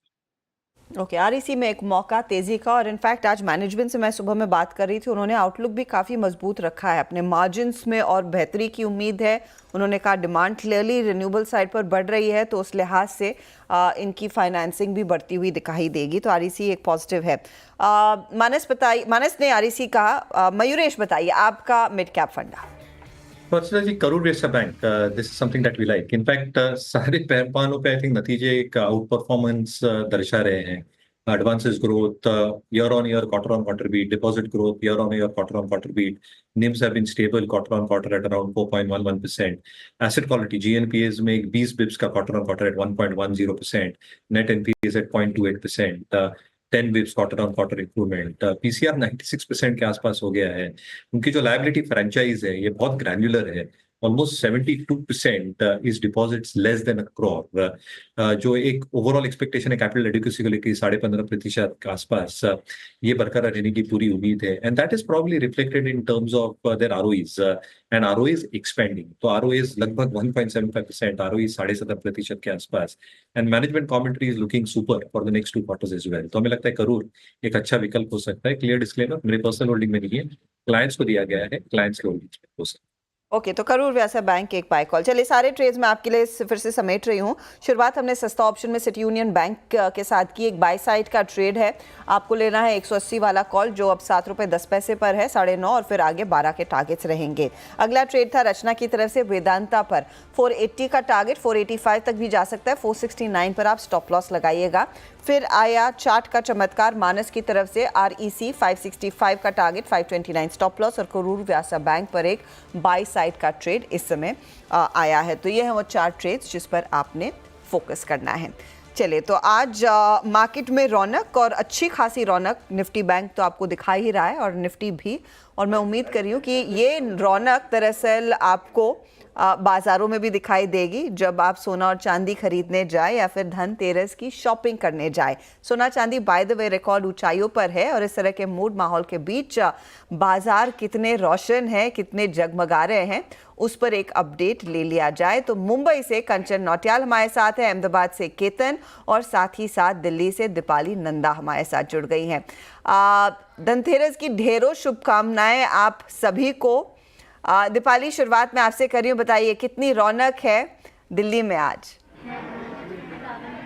जी बिल्कुल हर्षिता जी, जिस तरह से आपने बोला कि जहां पर आप पूरा स्टेटस दे रही हैं उस बाजार में रौनक है, और अगर मैं सोना चांदी ज्वेलरी मार्केट की बात करूं तो यहां पर भी रौनक देखने को मिल रही है, जिसका इंतजार आज के दिन किया जाता है ज्वेलर्स के शोरूम पर। वही नज़ारा यहां पर दिखाई दे रहा है राजधानी दिल्ली में। मैं करोल बाग में हूं और सुबह से हम यहाँ पर मौजूद है। लगातार हम देख रहे थे कि किस तरह का यहाँ पे ट्रेंड दिखाई दे रहा है, लोग कितने आ रहे हैं। तो यहाँ पर अच्छी खासी संख्या में लोग अभी से ही आना शुरू हो गए हैं, अपनी ज़रूरत के हिसाब से, अपनी पसंद के हिसाब से यहाँ पर ज्वेलरी की खरीदारी कर रहे हैं। और खासतौर पर धनतेरस का मौका है तो जाहिर तौर पर हर किसी के मन में ये इच्छा होती है कि शगुन के तौर पर भी खरीदारी की जाए, क्योंकि प्रॉस्पेरिटी रहती है पूरा साल। और इन सब चीज़ों को ध्यान में रखते हुए ही इस बार ऑफर्स और डिस्काउंट्स भी कई सारे दिए जा रहे हैं। जिस जगह मैं मौजूद हूँ PP jewellers bye Pawan Gupta में, यहाँ पर मेकिंग चार्जेस पर 40% तक का डिस्काउंट दिया जा रहा है। और इसके अलावा सबसे इंटरेस्टिंग ये कि इस दिन हर कोई शॉपिंग करे सोने चांदी की, तो चांदी में खास तौर पर 2 ग्राम के सिक्के भी यहाँ पर लॉन्च किए गए हैं। और यहाँ पर आप कस्टमर्स देख सकते हैं जो यहाँ पर अपनी ज़रूरत के हिसाब से खरीदारी कर रहे हैं। हम उनसे सीधा एक उनका रिएक्शन जानना चाहेंगे कि आज के दिन किस तरह की शॉपिंग हो रही है। मैम, आज धनतेरस है तो क्या कुछ खरीदने आई हैं, आप बताएं। हम धनतेरस के लिए आज गोल्ड लेने आए हैं। मेरी डॉटर के बेटी हुई है, उसके लिए मैं स्पेशली ज्वेलरी लेने आई हूँ। तो काफी शुभ मानना चाहता है आज के दिन सोने चांदी की खरीदारी करना, तो बताएं इसके बारे में। हमारे घर में एक कस्टम ट्रेडिशन है, धनतेरस पे हम लोग जरूर सोना खरीदते हैं। तो आज हमने सोचा कि मेरी डॉटर की फर्स्ट है तो क्यों ना कोई अच्छी चीज ली जाए। ये धनतेरस की आपको शुभकामनाएं और आपकी बिटिया को भी। और हमारे साथ पवन गुप्ता खुद मौजूद है। सर, अभी किस तरह का खरीद? अब यहाँ से आगे बढ़ते हैं और कंचन के पास चलते हैं और जानते हैं मुंबई में इस समय क्या हाल चाल है। कंचन, गुड आफ्टरनून। जी, मैं मुंबई में जवेरी बाजार में हूँ। यहाँ पे जिस तरीके की रौनक है वो काफी ज्यादा शानदार है, काफी ज्यादा देखने लायक है। ऑल्दो इंडिया के अंदर हर साल ही, हर टाइम ही सोने चांदी को खरीदना शुभ माना जाता है, लेकिन आज धनतेरस के दिन खासकर काफी ज्यादा शुभ माना जाता है सोने चांदी के अंदर खरीदारी करना। ये जो आप लंबी लाइन देख रहे हैं, आपको लग रहा होगा कि शायद से शॉप अभी ओपन हुई है 3-4 घंटे पहले तो लोग यहाँ पे आए हैं, लेकिन लेट मी टेल यू कि ये सुबह लोग 4 बजे से यहाँ पे लगे हुए हैं सोने चांदी के अंदर खरीदारी करने के लिए इस टाइम पे, चाहे हम ज्वेलरी सेगमेंट में बात करें, चाहे बुलियन में बात करें, दोनों ही जगह जो खरीदारी है वो दमदार है। लोग काफी ज्यादा जोश में है। इस टाइम पे हम देख रहे हैं जो सोने चांदी है अपने ऑल टाइम हाई पे है, लेकिन ऑल टाइम हाई होने के बावजूद जो लोगों का जोश है खरीदारी करने का धनतेरस के दिन में, वो कहीं पे भी कम होता हुआ नजर नहीं आ रहा है। अगर आप ऑल ओवर मार्केट में बात करें, मॉर्निंग के टाइम में हमने बड़े बड़े शोरूम्स की तरफ देखा था, वहां पे तो जो भीड़ है वो लगी हुई है, लेकिन जो लोकल मार्केट है, जो छोटी शॉप्स भी है, वहां पे भी जो भीड़ है वो देखने लायक है और जो लोगों का जोश भी है वो भी काफी ज्यादा शानदार है। तो आइए कुछ लोगों से बात करते हैं और देखते हैं कि आज वो क्या खरीदारी करने वाले हैं और पिछले साल के कंपैरिजन में इस साल उनके सेंटिमेंट में किस लोगों से बात कर लीजिए। मुझे लग रहा है आप ना मौका मिले तो लाइन के आगे भी खड़े हो जाइएगा, क्योंकि उतनी लंबी लाइन में आई डोंट नो आप खुद कुछ खरीद पाएंगी या नहीं। केतन के पास भी चल लेते हैं। केतन, वेरी क्विकली बताइए किस तरह का माहौल अहमदाबाद में, क्या ज्यादा खरीदा जा रहा है, क्या छोटी ज्वेलरी है या फिर कुछ भारी भरकम चीजें भी खरीदी गई हैं? बिल्कुल, देखिए यहाँ धनतेरस का जो बाजार है वो गुलजार है, लेकिन पिछले साल के मुकाबले अभी जो दाम है वो ऑल टाइम हाई के करीब है। मनोज भाई जो कि एबी ज्वेलर्स के ओनर है, मनोज भाई किस तरह का पिछले साल के मुकाबले उतना ही सोना लोग परचेस करेंगे कि कमी आएगी? ग्रामेज में लगभग 30% की कटौती है, मतलब 70% जितना ओवरऑल गहनों और लगड़ी सिक्के को मिला करके 70% का माहौल है अभी। बिल्कुल, तो लोगों ने अपनी जो भी परचेस थी वो आधी कर दी है और 30 to 40% है वो बाइंग में कमी आई है कंपेयर टू लास्ट धनतेरस। जी थोड़ी सी कमी जरूर देखने को मिल रही है, लेकिन बाइंग तो देखिए चल रही है, क्योंकि वो मुहूर्त के लिहाज से कुछ ना कुछ खरीदा जाता है। अनुज, आपका प्लान है कुछ खरीदने का? नहीं, हमारे यहाँ तो अष्टा ट्रेडिशन है। मैं तो मतलब पिछले जब से याद पड़ता है तब से हर साल धनतेरस के दिन एक चांदी का सिक्का, छोटा वाला चांदी का सिक्का खरीदने की एक परंपरा है और वो ही कंटिन्यू करूँगा। पहले तो कोशिश होती थी, जो असली पहले भारत में ना चांदी का सिक्का एक रुपए का जो होता था वो चांदी का होता था। हाँ, वो जो ब्रिटिश राज के टाइम पे, ठीक है, तो उसका प्रीमियम मिलता है, वो आपको चांदी के रेट पे नहीं मिलता, वो तब आपको बहुत मुश्किल से मिलता है और जो भी होगा वो चांदी के रेट से भी प्रीमियम पे मिलता है। तो पहले तो कोशिश होती थी कि उसी को लेने की, अब तो खैर वो बहुत कम जगह मिलता है, तो जो नॉर्मल नया वाला होता है वो भी लेके काम हो जाता है, लेकिन उसको लेते हैं और दिवाली के पूजन में उसको यूज़ करते हैं। ये ट्रेडिशन रहा है हमारा पिछले कई सालों से, इस बार भी वही ट्रेडिशन को हम आगे कंटिन्यू करेंगे। आप क्या गोल्ड का ले रहे हैं या क्या कर रहे हैं? नहीं, चांदी। मुझे तो लग रहा है कि मेरे ना घर में कुछ फोक्स और स्पून्स मिसिंग है, मैं तो उसी से काम चला लूँगी। तो वो खरीदना होता है एक्चुअली, बर्तन खरीदने का भी एक बहुत बड़ा मौका रहता है, तो बट बिल्कुल कुछ अच्छा मिल जाए तो व्हाई नॉट। हाँ, बर्तन, सुबह आशीष मजाक कर रहे थे ना, बर्तन, झाड़ू कुछ भी ले सकते हैं, जो जरूरत है वो खरीद लेना चाहिए, जरूरत है वो खरीद लीजिए। खैर चलिए, आप L&T के नंबर्स का प्रीव्यू करते हैं एक बार, और थोड़ा हमारा ऑटो क्यू जंप कर गया, लेकिन यतिन के पास चलते हैं और जानते हैं कि L&T के नंबर्स कैसे रहेंगे। Yatin, good afternoon. और आप क्या खरीद रहे हैं? चांदी, सोना, बर्तन, झाड़ू? मुझे बहुत अच्छा लगा जब आपने बोला छोटा चांदी का सिक्का खरीदना, अगर ये बड़ा बोलते तो फंस जाते इसीलिए मैं स्पून और फोक पे आ गई। और ये बोल रहे हैं कि लास्ट 25 साल से खरीद रहे हैं, चांदी का बॉस बोलते हैं कि लास्ट 25 साल से खरीद रहे हैं तो 1-2 किलो जमा हो गए। चांदी भी 1 लाख रुपए हो गई। चांदी का बड़ा बिल, चांदी तो 1 किलो की भी क्या वैल्यू है? भगवान करे सोना हो 1 किलो, लेकिन बिल्कुल। चलिए, हाँ, ये तो बताइए। बट L&T की बात करें तो यहाँ कोई दिवाली का फायरवर्क्स मत एक्सपेक्ट कीजिए, क्योंकि नंबर्स थोड़े फीके आने की उम्मीद बहुत ज़्यादा है। अगर हम बात करें सेल्स की तो कंसोलिडेटेड सेल्स 11% ही ग्रोथ का एक्सपेक्टेशन है, और एबिटा में भी आप देखेंगे तो 3-4% का मॉडेस्ट ग्रोथ रहेगा। इसका रीज़न ये है कि मार्जिन प्रेशर काफ़ी एविडेंट रहेगा क्वार्टर में। इनफैक्ट मार्जिन 10.6% के आसपास एक्सपेक्टेड हैं, जो पिछले साल 11% थे, तो लगभग आधे % टाइप का आपको मार्जिन में दबाव आता हुआ दिखाई पड़ सकता है। इसके अलावा मुनाफे की बात करें तो 3200 करोड़ का मुनाफा आएगा, जो पिछले साल 3200 करोड़ रुपए के आसपास ही था। तो बिल्कुल ही फ्लैट ग्रोथ आपको प्रॉफिट फ्रंट पे दिखाई पड़ेगी, क्योंकि मार्जिन प्रेशर है क्वार्टर में। हालांकि जो मैनेजमेंट की कमेंट्री रहेगी ऑर्डर इनफ्लो को लेके, जो सऊदी अरेबिया में जो नए इन्होंने हाइड्रोकार्बन प्रोजेक्ट्स दिए हैं वहाँ कैसे एग्जीक्यूशन चल रहा है, वहाँ कैसे रेवेन्यूज बुक होंगे, उस पर क्लैरिटी लेना काफ़ी ज़्यादा ज़रूरी है। तो मुझे लगता है कि नंबर से ज़्यादा आई थिंक मैनेजमेंट कमेंट्री पे स्टॉक रिएक्ट करता हुआ आपको दिखाई पड़ेगा, लेकिन एक फ्लैट क्वार्टर प्रॉफिटेबिलिटी फ्रंट पे L&T के लिए एक्सपेक्ट कीजिए। एक फ्लैट क्वार्टर प्रॉफिट के लिहाज से ज़्यादा कुछ एक्सपेक्टेड नहीं है। इस पर टेक्निकली रचना जी एक बार पर्सपेक्टिव देंगी क्या कि स्टॉक कैसे पॉइज्ड है करंट माहौल में? सुबह में लीड कर रहा था, अभी भी 1% ही ऊपर है, जहां पर पूरे मार्केट में बहुत तगड़ी रिकवरी आ गई है।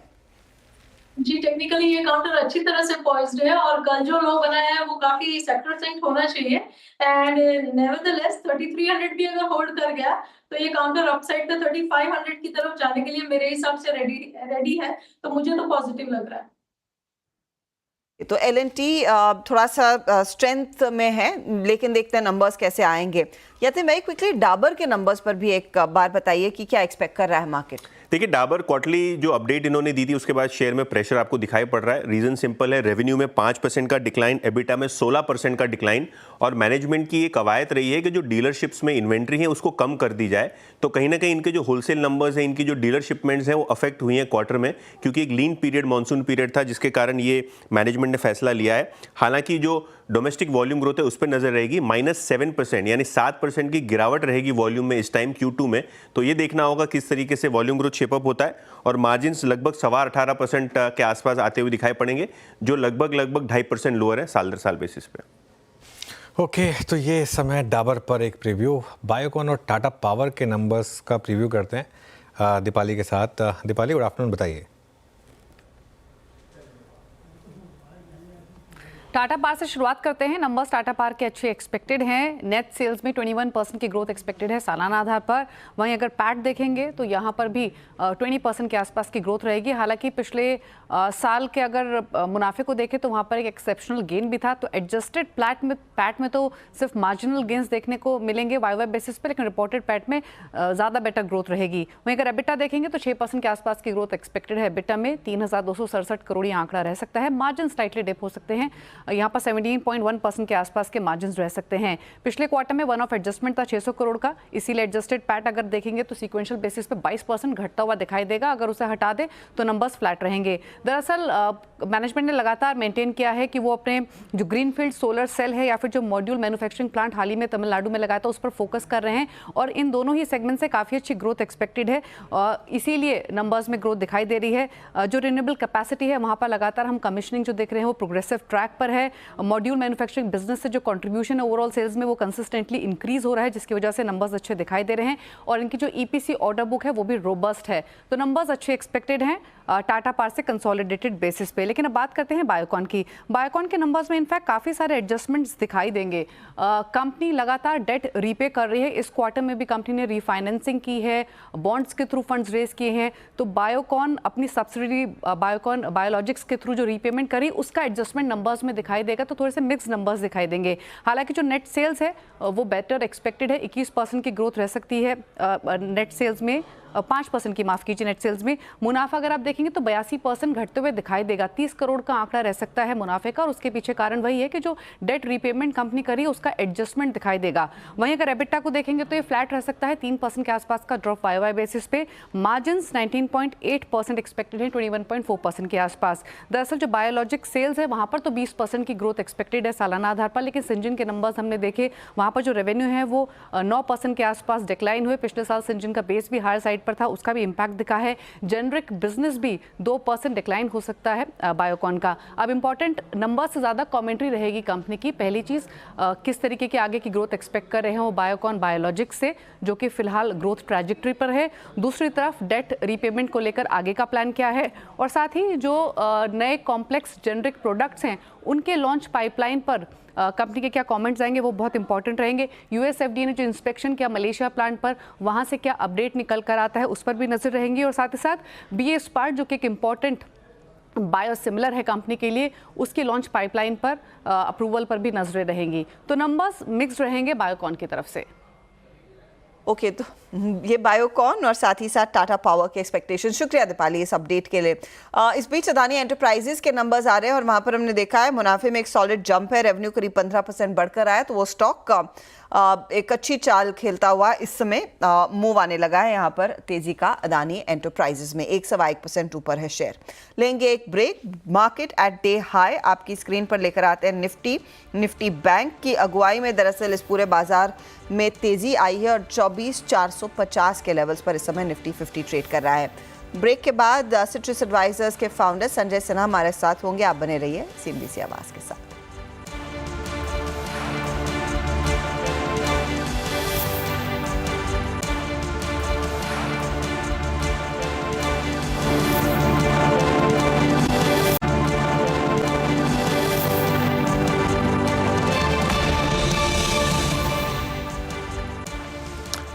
चलिए अब मार्केट पर चर्चा करने के लिए हमारे साथ सिट्रस एडवाइजर्स के फाउंडर संजय सिन्हा हैं। उनसे समझते हैं कि इस समय मार्केट में क्या रणनीति है। संजय जी, हैप्पी धनतेरस, दिवाली की बहुत बहुत शुभकामनाएं आपको। बताइए कैसा फील कर रहे हैं इस समय मार्केट को लेकर, क्योंकि करेक्शन आई मार्केट को, शायद एक वेल ड्यू करेक्शन आई अब, लेकिन पिछले 1-2 दिनों में थोड़ा कॉन्फिडेंस लौटा है। आपका व्यू क्या होगा इस समय मार्केट पर? अनुज, मेरी तरफ से आपको भी शुभकामनाएं दिवाली धनतेरस की, और आपके श्रोताओं को भी। मार्केट की करेक्शन को अगर हम देखें तो मैं उसको 2 भाग में बांट देता हूं। पहला भाग वो जो कि हमें निफ्टी दिखा रहा है, जिसमें कि करीब 6% की करेक्शन हुई है, और दूसरा भाग वो जो ब्रॉडर मार्केट का करेक्शन रहा है, जहां पर करीब करीब 80% स्टॉक ऐसे हैं जिन्होंने 10% से ज्यादा का करेक्शन देखा है पिछले कुछ दिनों में। तो मैं समझता हूं कि ये जो पिछला 1 महीना गुजरा, जहां पर हमने एफआईआई की सेलिंग को 1 लाख करोड़ से ज्यादा क्रॉस करते हुए देखा, बहुत अचंभे की बात है कि इतनी बड़ी सेलिंग का जो ब्रंट है या जिसका बड़ा भार इंडेक्स हैवीवेट स्टॉक्स में होना चाहिए था, उतना भार और उतना करेक्शन इंडेक्स हैवीवेट स्टॉक्स में नहीं हुआ, ब्रॉडर मार्केट में ज्यादा हो गया। तो मेरा अपना जो मत है वो ये कि ये जो करेक्शन हुआ है ये बहुत ही इंडिया स्पेसिफिक करेक्शन है। मेरे ख्याल से ये स्मार्ट मनी की एक प्रॉफिट टेकिंग का फेज है, और शायद ये प्री बजट रैली की तैयारी का फेज है, और हमें अपने आप को इसी एनालिसिस को बीच में रखते हुए आगे की जो स्ट्रैटेजी है वो बनाना चाहिए। अब ऐसी स्थिति में मैं आपसे यही पूछना चाहूंगी, अब यहाँ से कंस्ट्रिंग मार्केट अपनी चाल को सुधारने की कोशिश करेगा, and we all hope for the best. आप अपने आप को कैसे पोजीशन करेंगे?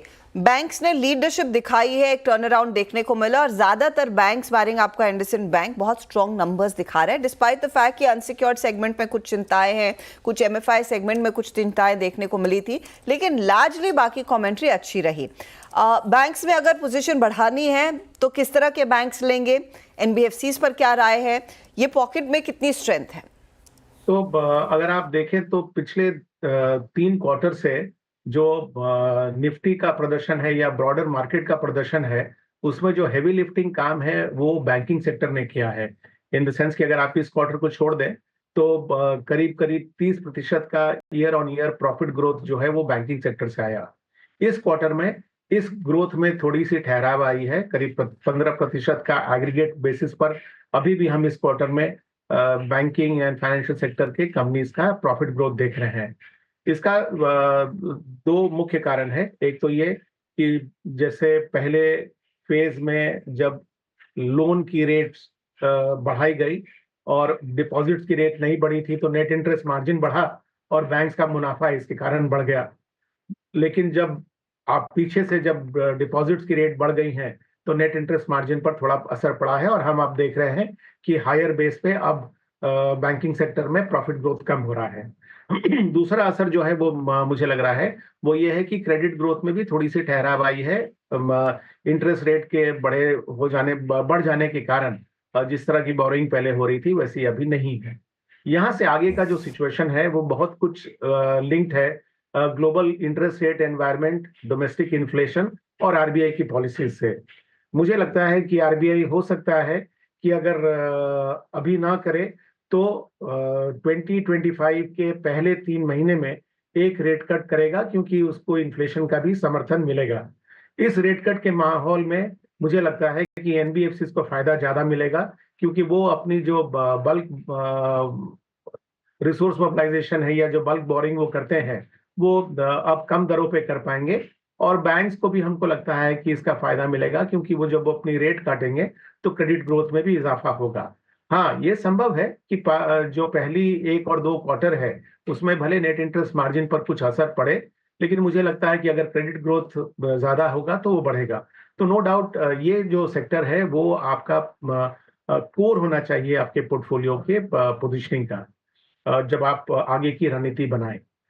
दूसरी जो हाँ प्लीज सॉरी, हाँ निफ्टी, सॉरी मैं आ रहा हूँ आपके पास। निफ्टी हर्षद डे हाई से पर है 24,484 पर है अब, कल का हाई 24,492 की जो मैं बात कर रहा था, लग रहा है मार्केट आज हायर हाई भी बनाने के मूड में है। तो ये इंटरेस्टिंग होगा। संजय जी, एक जो पॉकेट मार्केट के लिए दिक्कत की रही थी वो थी कंजम्पशन, क्योंकि नंबर्स काफ़ी ख़राब थे। लेकिन क्या आपको लग रहा है कि worst is in the price, discretionary non discretionary दोनों स्पेसिस में? ये कह सकते हैं अनुज, क्योंकि ना तो इस सेक्टर के स्टॉक्स ने बहुत अच्छा प्रदर्शन पहले दिखाया था, ना ही उनकी करेक्शन भी कोई बहुत बड़ी मैग्नीट्यूड की हुई। हालांकि अगर आप 52 वीक हाई से देखें तो एफएमसीजी का correction is one of the highest, FMCG index का correction one of the highest है। और जिस तरह की स्टेटमेंट्स आ रही हैं अब, पहले तो कंपनीज के द्वारा आ रही थी, अब तो सरकार के द्वारा भी आ रही है कि वो अर्बन कंजम्पशन के बारे में वरिड है। हम सभी जानते हैं कि भारत में अब तक कंजम्पशन का जो भार है वो अर्बन कंजम्पशन ने उठा रखा था, रूरल कंजम्पशन में कोई तेजी नहीं आई थी। लेकिन अगर अर्बन कंजम्पशन में भी अगर गति धीरी हो जाती है तो फिर ये चिंता का विषय है। तो मुझे नहीं लगता कि कंजम्पशन को एक सेंटर ऑफ आपकी स्ट्रैटेजी बना सकते हैं, क्योंकि वो डिफेंसिव का भी रोल परफॉर्म करेगा कि नहीं, उस पर मुझे कुछ डाउट्स है। अगर आपको डिफेंसिव खेलना है तो मेरे ख्याल से फार्मा और आईटी ज्यादा अच्छे सेक्टर्स होंगे आपको डिफेंसिव स्ट्रैटेजी बिल्ड करने के लिए। ओके, तो फार्मा और डिफेंसिव में आप कह रहे हैं कि कुछ पोजीशंस बनाकर रखे। मैं मारुति पर स्पेसिफिकली एक सवाल पूछना चाहूँगी, क्योंकि यहाँ पर जब कंपनी के नंबर्स देखे थोड़ा सा डर आया कि शायद ये बजाज ऑटो वाला केस तो नहीं, क्योंकि सुबह से ही स्टॉक में दबाव बनता दिखाई दिया। अभी अभी जो डिटेल्स निकल कर आ रही थी वो प्रेस कॉन्फ्रेंस में या फिर कॉन कॉल में उन्होंने स्पेसिफिकली मेंशन किया है, देखिए 14% ज़्यादा रिटेल सेल्स है, रिटेल फ्रंट पर 3 लाख यूनिट्स हम इस फेस्टिव सीजन में बेच रहे हैं। दूसरी तरफ यहाँ से आगे H2 में और पिकअप देखने को मिलेगा। तो ये कमेंट्री आई थिंक आश्वस्त कर रही है कुछ निवेशकों को। लेकिन जो बजाज ऑटो के साथ हुआ और जो ये पूरा फेस्टिव सीजन में डिमांड को लेकर डर था, क्या जैसे अनुज ने कहा प्राइस्ड इन है या नहीं, मारुति के केस में अब यहाँ से आगे किस तरह का आउटलुक रहेगा, या फिर क्योंकि अब एक और विकल्प है ह्युंडई के सामने, वहां पर थोड़ी सी दुविधा है और ह्युंडई के नंबर्स देखकर ही फिर अगला कॉल आप जैसे निवेशक लेंगे?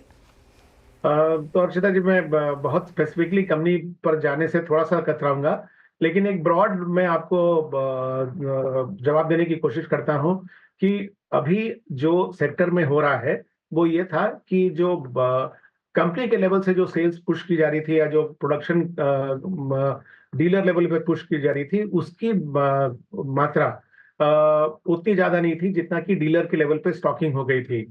फेस्टिव सेल्स इस बार नो डाउट बहुत अच्छे नहीं रहे, लेकिन हमें इस बात को भी मानना है कि ऑटो सेक्टर में, खास करके पैसेंजर व्हीकल सेक्टर में एक मेजर ट्रांजिशन हो रहा है, जहां पर कंज्यूमर अब आईसी व्हीकल्स के साथ ही साथ ईवीज और हाइब्रिड व्हीकल्स के तरफ झुक रहे हैं। जो दोनों बड़ी कंपनियां हैं इस पैसेंजर व्हीकल क्षेत्र में, जैसा कि आपने कहा मारुति और हुंडई, दोनों ने इस हाइब्रिड क्षेत्र में अपने कदम बढ़ाने के अनाउंसमेंट कर दिए हैं।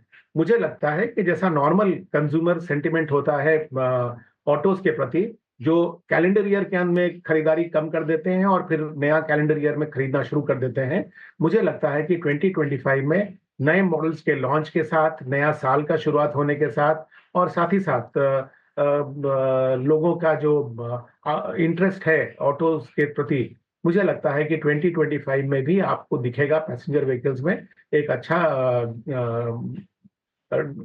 फ्रंट ग्राउंड लेवल पे सेल्स। एक और चीज सिन्हा साहब, ये जो मेटल कंपनियों में आज रिएक्शन देखने को मिला, कुछ ही देर पहले आपने भी वो खबर पड़ी होगी कि किस तरह से चाइना एक और स्टिमुलस दे रहा है अपने रियल एस्टेट सेक्टर को। आपको याद होगा 2 हफ्ते पहले जब इस तरह के स्टिमुलस की बात आ रही थी, तब सभी लोग कह रहे थे कि भारत का पैसा चाइना में जाएगा। शायद थोड़ा बहुत वो हुआ है। आज उस तरह का पैनिक नहीं देखने को मिला, तो उसमें एक राहत जरूर है। लेकिन metals as a whole pocket कितनी बड़ी अपॉर्चुनिटी रहेगी जैसे जैसे चाइना ये स्टिमुलस देता जा रहा है, और वो फियर फैक्टर अभी भी वाजिब है या नहीं? तो 2 बातें, एक तो ये है कि जब पहली बार चाइना की स्टिमुलस अनाउंस हुई थी, उसके साथ जो हॉट मनी इंडिया से निकल कर चाइना गया था, उसने नो डाउट बाजार में एक हलचल पैदा की थी। लेकिन जो पहला स्टिमुलस का राउंड आया चाइना का, उसके बाद कोई खास फॉलो थ्रू एक्शन नहीं हुआ, और उसके बाद हमने इस तरह की हॉट मनी या इस तरह के फ्लाइट ऑफ कैपिटल को नहीं देखा। इसलिए अब चाइना के अनाउंसमेंट के साथ साथ मुझे नहीं लगता है कि ये एक ट्रिगर होगा भारत से पैसा को वहां जाते हुए। रही बात चाइना की रिपीटेड स्टिमुलस देने की जो पॉलिसी और उसका परिणाम कमोडिटी सेक्टर पे क्या होगा और ओवरऑल चाइनीज इकोनॉमी पे क्या होगा, मुझे लगता है कि जिस तरह का ठहराव चाइनीज इकोनॉमी में आया है उसमें इस तरह के स्टिमुलस की नंबर ऑफ स्टेप्स चाइना को अनाउंस करने पड़ेंगे और ये काफी टाइम में स्ट्रेच्ड आउट होगा। ये एक दो स्टेप्स अनाउंस करने से चाइना में बहुत ज्यादा तेजी इमीडिएटली नहीं आएगी, जिसके कारण स्वरूप मुझे लगता है कि कमोडिटी के प्राइसेस जो हैं रेंज बाउंड ही रहेंगे, बहुत तेजी से भागेंगे नहीं। सेकेंड हाफ ऑफ 2025 में जब ये व्यू बिल्कुल दृढ़ हो जाएगी कि चाइनीज इकोनॉमी काफी तेजी से रिकवर हो रही है और वहां पर कमोडिटीज के डिमांड बढ़ेंगे, तभी मुझे लगता है कि एंड्योरिंग रैली कमोडिटी प्राइसेस में बनेगी और हम उसका फायदा उठा सकेंगे। संजय जी बहुत बहुत शुक्रिया हमारे लिए समय निकालने के लिए, और दिवाली की और आज धनतेरस की ढेरों शुभकामनाएं आपको और आपके परिवार को। जी चलिए इस बीच मार्केट पर वापस लौटते हैं। एक अच्छा मोमेंटम और एक बहुत ही तगड़ा तेजी का मूड वेव आप कह सकते हैं। 24,475 पर निफ्टी बैंक 1000 पॉइंट नहीं 1100 पॉइंट तक की तेजी दिखा चुका है और आज के इस मूव में मिड कैप्स भी चले हैं करीब 500 पॉइंट की तेजी। तो काफ़ी दिनों बाद ये रौनक वापस स्क्रीन पर लौटती हुई और शायद धनतेरस दिवाली के मुहूर्त का ही इंतज़ार हो रहा था। अनुज इस क्लोज को कैसे रैंक करेंगे, क्योंकि काफ़ी समय बाद इस तरह की राहत, इस तरह की हरियाली देखने को मिली है। बिल्कुल हर्षिता, और देखिए जब इस तरीके की हरियाली आती है तो थोड़ा सा मूड भी अच्छा हो जाता है, वो अपलिफ्ट करता है मूड को। और बैंक निफ्टी जैसा आपने बोला हमने 1000 मांगा था, मार्केट ने 1100 से ज़्यादा दे दिया, तो ये मार्केट में होगा इस तरीके से। देखिए मेरा व्यू है, एक तो आप बैंक निफ्टी कैरी करिए, थोड़ी सी आपको ऑब्वियसली हिम्मत करनी होगी। आप कहेंगे कि आज 1000 पॉइंट चल गया उसके बाद, लेकिन उसमें मोमेंटम है। और बैंक निफ्टी पे पोजिशनल लॉन्ग की भी बात हुई थी 2-3 दिन से, उसको कैरी करिए। आज का लो नया स्टॉप लॉस बन जाएगा आपके लिए। अगर आप चाहें तो हेज कर लें, वैसे हेजिंग बहुत महंगी होगी इस मार्केट में। मेरा ये मानना है नवंबर सीरीज़ में ऑल टाइम हाई भी बैंक निफ्टी में हिट हो सकते हैं, क्योंकि ये एक स्पेस है जहाँ पर अब लोगों का ध्यान जा रहा है। एक और कुछ नहीं, जो सेफ्टी बाइंग यहाँ पर हो रही है। उसके अलावा अगर आप एग्रेसिव ट्रेडर हैं तो निफ्टी में अगर कैरी करना चाहें, निफ्टी में बस एक दिक्कत रह गई कि आप कल का हाई नहीं क्रॉस कर पाए। 6 पॉइंट से ही सही वो रह गया, लेकिन कल के लो से हम करीब 5-6 पॉइंट ऊपर रहे। लेकिन खैर फिर भी आज मिड कैप में भी अच्छी रिकवरी लौटी। जब मैंने शो की शुरुआत की थी एडवांस डिक्लाइन 1:1 का था, मिड कैप फ्लैट था। आखिरी के 1.5 घंटे में मिड कैप इंडेक्स ने 500 पॉइंट ऐड करे हैं। एडवांस डिक्लाइन आखिरी के 1-1.5 घंटे में 1:1 का 1.6:1 पर पहुंचा है। ये बहुत ही शानदार मार्केट है। मैं वीरू को मिस कर रहा हूँ, क्योंकि वो आज का डिज़ाइन क्या है मेरे को बताते हैं रोज। एडवांस डिक्लाइन का कुछ ना कुछ लग रहा है। हाँ वो कल केकड़ा बोला था उन्होंने, आज क्या डिज़ाइन है पता नहीं, लेकिन जो भी है वो एडवांस डिक्लाइन तो अच्छा है इस समय। तो ये मेरे ख्याल से मार्केट के लिए अच्छी क्लोज है और थोड़ा नर्व्स को सूद करेगी।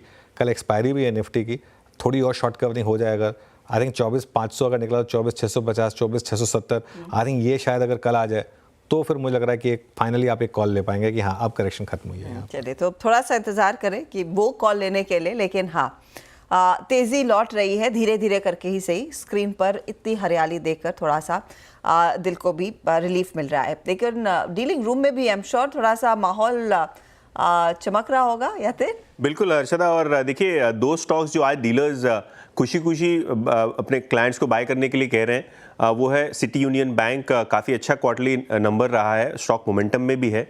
डीलर्स के हिसाब से यहाँ पोजिशनली नवंबर सीरीज़ में 200 तक के टारगेट्स आ सकते हैं, इसके लिए वो यहाँ खरीदारी कर रहे हैं और बहुत सारे HNI सर्कल्स यहाँ खरीदारी कर रहे हैं। तो सिटी यूनियन बैंक पे रोल ओवर्स नवंबर में अच्छे और HNI एक्शन देखने को मिल रहा है। इसके अलावा सेफ्टी साइड पे पावर ग्रिड, ये एक स्टॉक है जहाँ डोमेस्टिक म्यूचुअल फंड्स की खरीदारी जारी है। डीलर्स यहाँ BTST की एडवाइस दे रहे हैं अपने क्लाइंट्स को 325-330 तक के टारगेट्स के लिए, नवंबर सीरीज़ के लिए है। और यहाँ भी डीलर्स को लगता है कि डोमेस्टिक फंड फ्लोज अच्छे हैं। बिल्कुल, और यतीन शुक्रिया। CUB आज सुबह स्पॉटलाइट में भी था, बहुत अच्छे नंबर्स के बाद से शानदार मूव यहाँ पर आ रहे हैं। चलिए काम करते हैं, BTST ट्रेड्स लेते हैं और उसके बाद बैन का अपडेट भी तैयार होगा। गाबा सर क्या कैरी करना है कल के लिए? कैरी करना चाहिए, कल लॉन्ग होना चाहिए। स्टॉक का नाम है ACC, करेक्ट 2330 के आसपास 15 रुपए का स्टॉप होना चाहिए, 2315 का 2350 to 2375 ये एक जोन है, वहां तक जाना चाहिए ACC। ओके, तो एसीसी में एक मौका तेजी वाला। रचना जी, आपका ट्रेड? मेरा ट्रेड रहेगा एमसीएक्स में। एमसीएक्स के फ्यूचर्स को हम लॉन्ग करेंगे और ये बीटीएसटी के साथ साथ मैं ये भी कहूंगी मुहूर्त तक इसको रखना चाहिए और 6750 का एसएल होना चाहिए इसमें और 7000 का target. Okay, MCX. Meanwhile SBI card के नंबर्स आए, थोड़ा टिकर टीम को बोलूँगा ठीक करें इसको, या तो आय घटी है या बढ़ी है। 4087 करोड़ से घटकर 4400 नहीं हो सकता, तो या तो 4400 से 4000 आया है। मेरे ख्याल से वही हुआ होगा क्योंकि प्रॉफिट कम हुआ है, 602 से प्रॉफिट घटकर 404 करोड़ हुआ है, तो वो शायद इनकम में भी वो कमी ही मानी जाएगी मेरे ख्याल से। या अगर चेंज, अगर वो फ़र्क है तो फिर उसको थोड़ा ठीक करके दिखाएं, क्योंकि थोड़ा कन्फ्यूजन हो रहा है उसकी वजह से।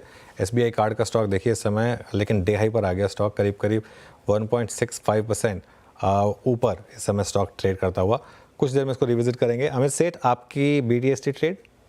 जी अनुज जी, मैं नेशनल एल्यूमिनियम के साथ जाना चाहूंगा। It's one of the only metal stocks जो 10 और 20 डमा के ऊपर ट्रेड कर रहा है इस फॉल में भी, और काफी स्ट्रेंथ है यहाँ पे। तो जैसे मार्केट रिबाउंड करेगी, इसका रिलेटिव स्ट्रेंथ इसको एड करेगा। लगभग 227.50 का प्राइस है, बाय करें विद स्टॉप लॉस ऑफ 224 और टारगेट्स रहेंगे 232 एंड 236 के। ओके, तो ये फिलहाल नाल्को में भी तेजी वाला ट्रेड। मानस, आपका कॉल क्या है?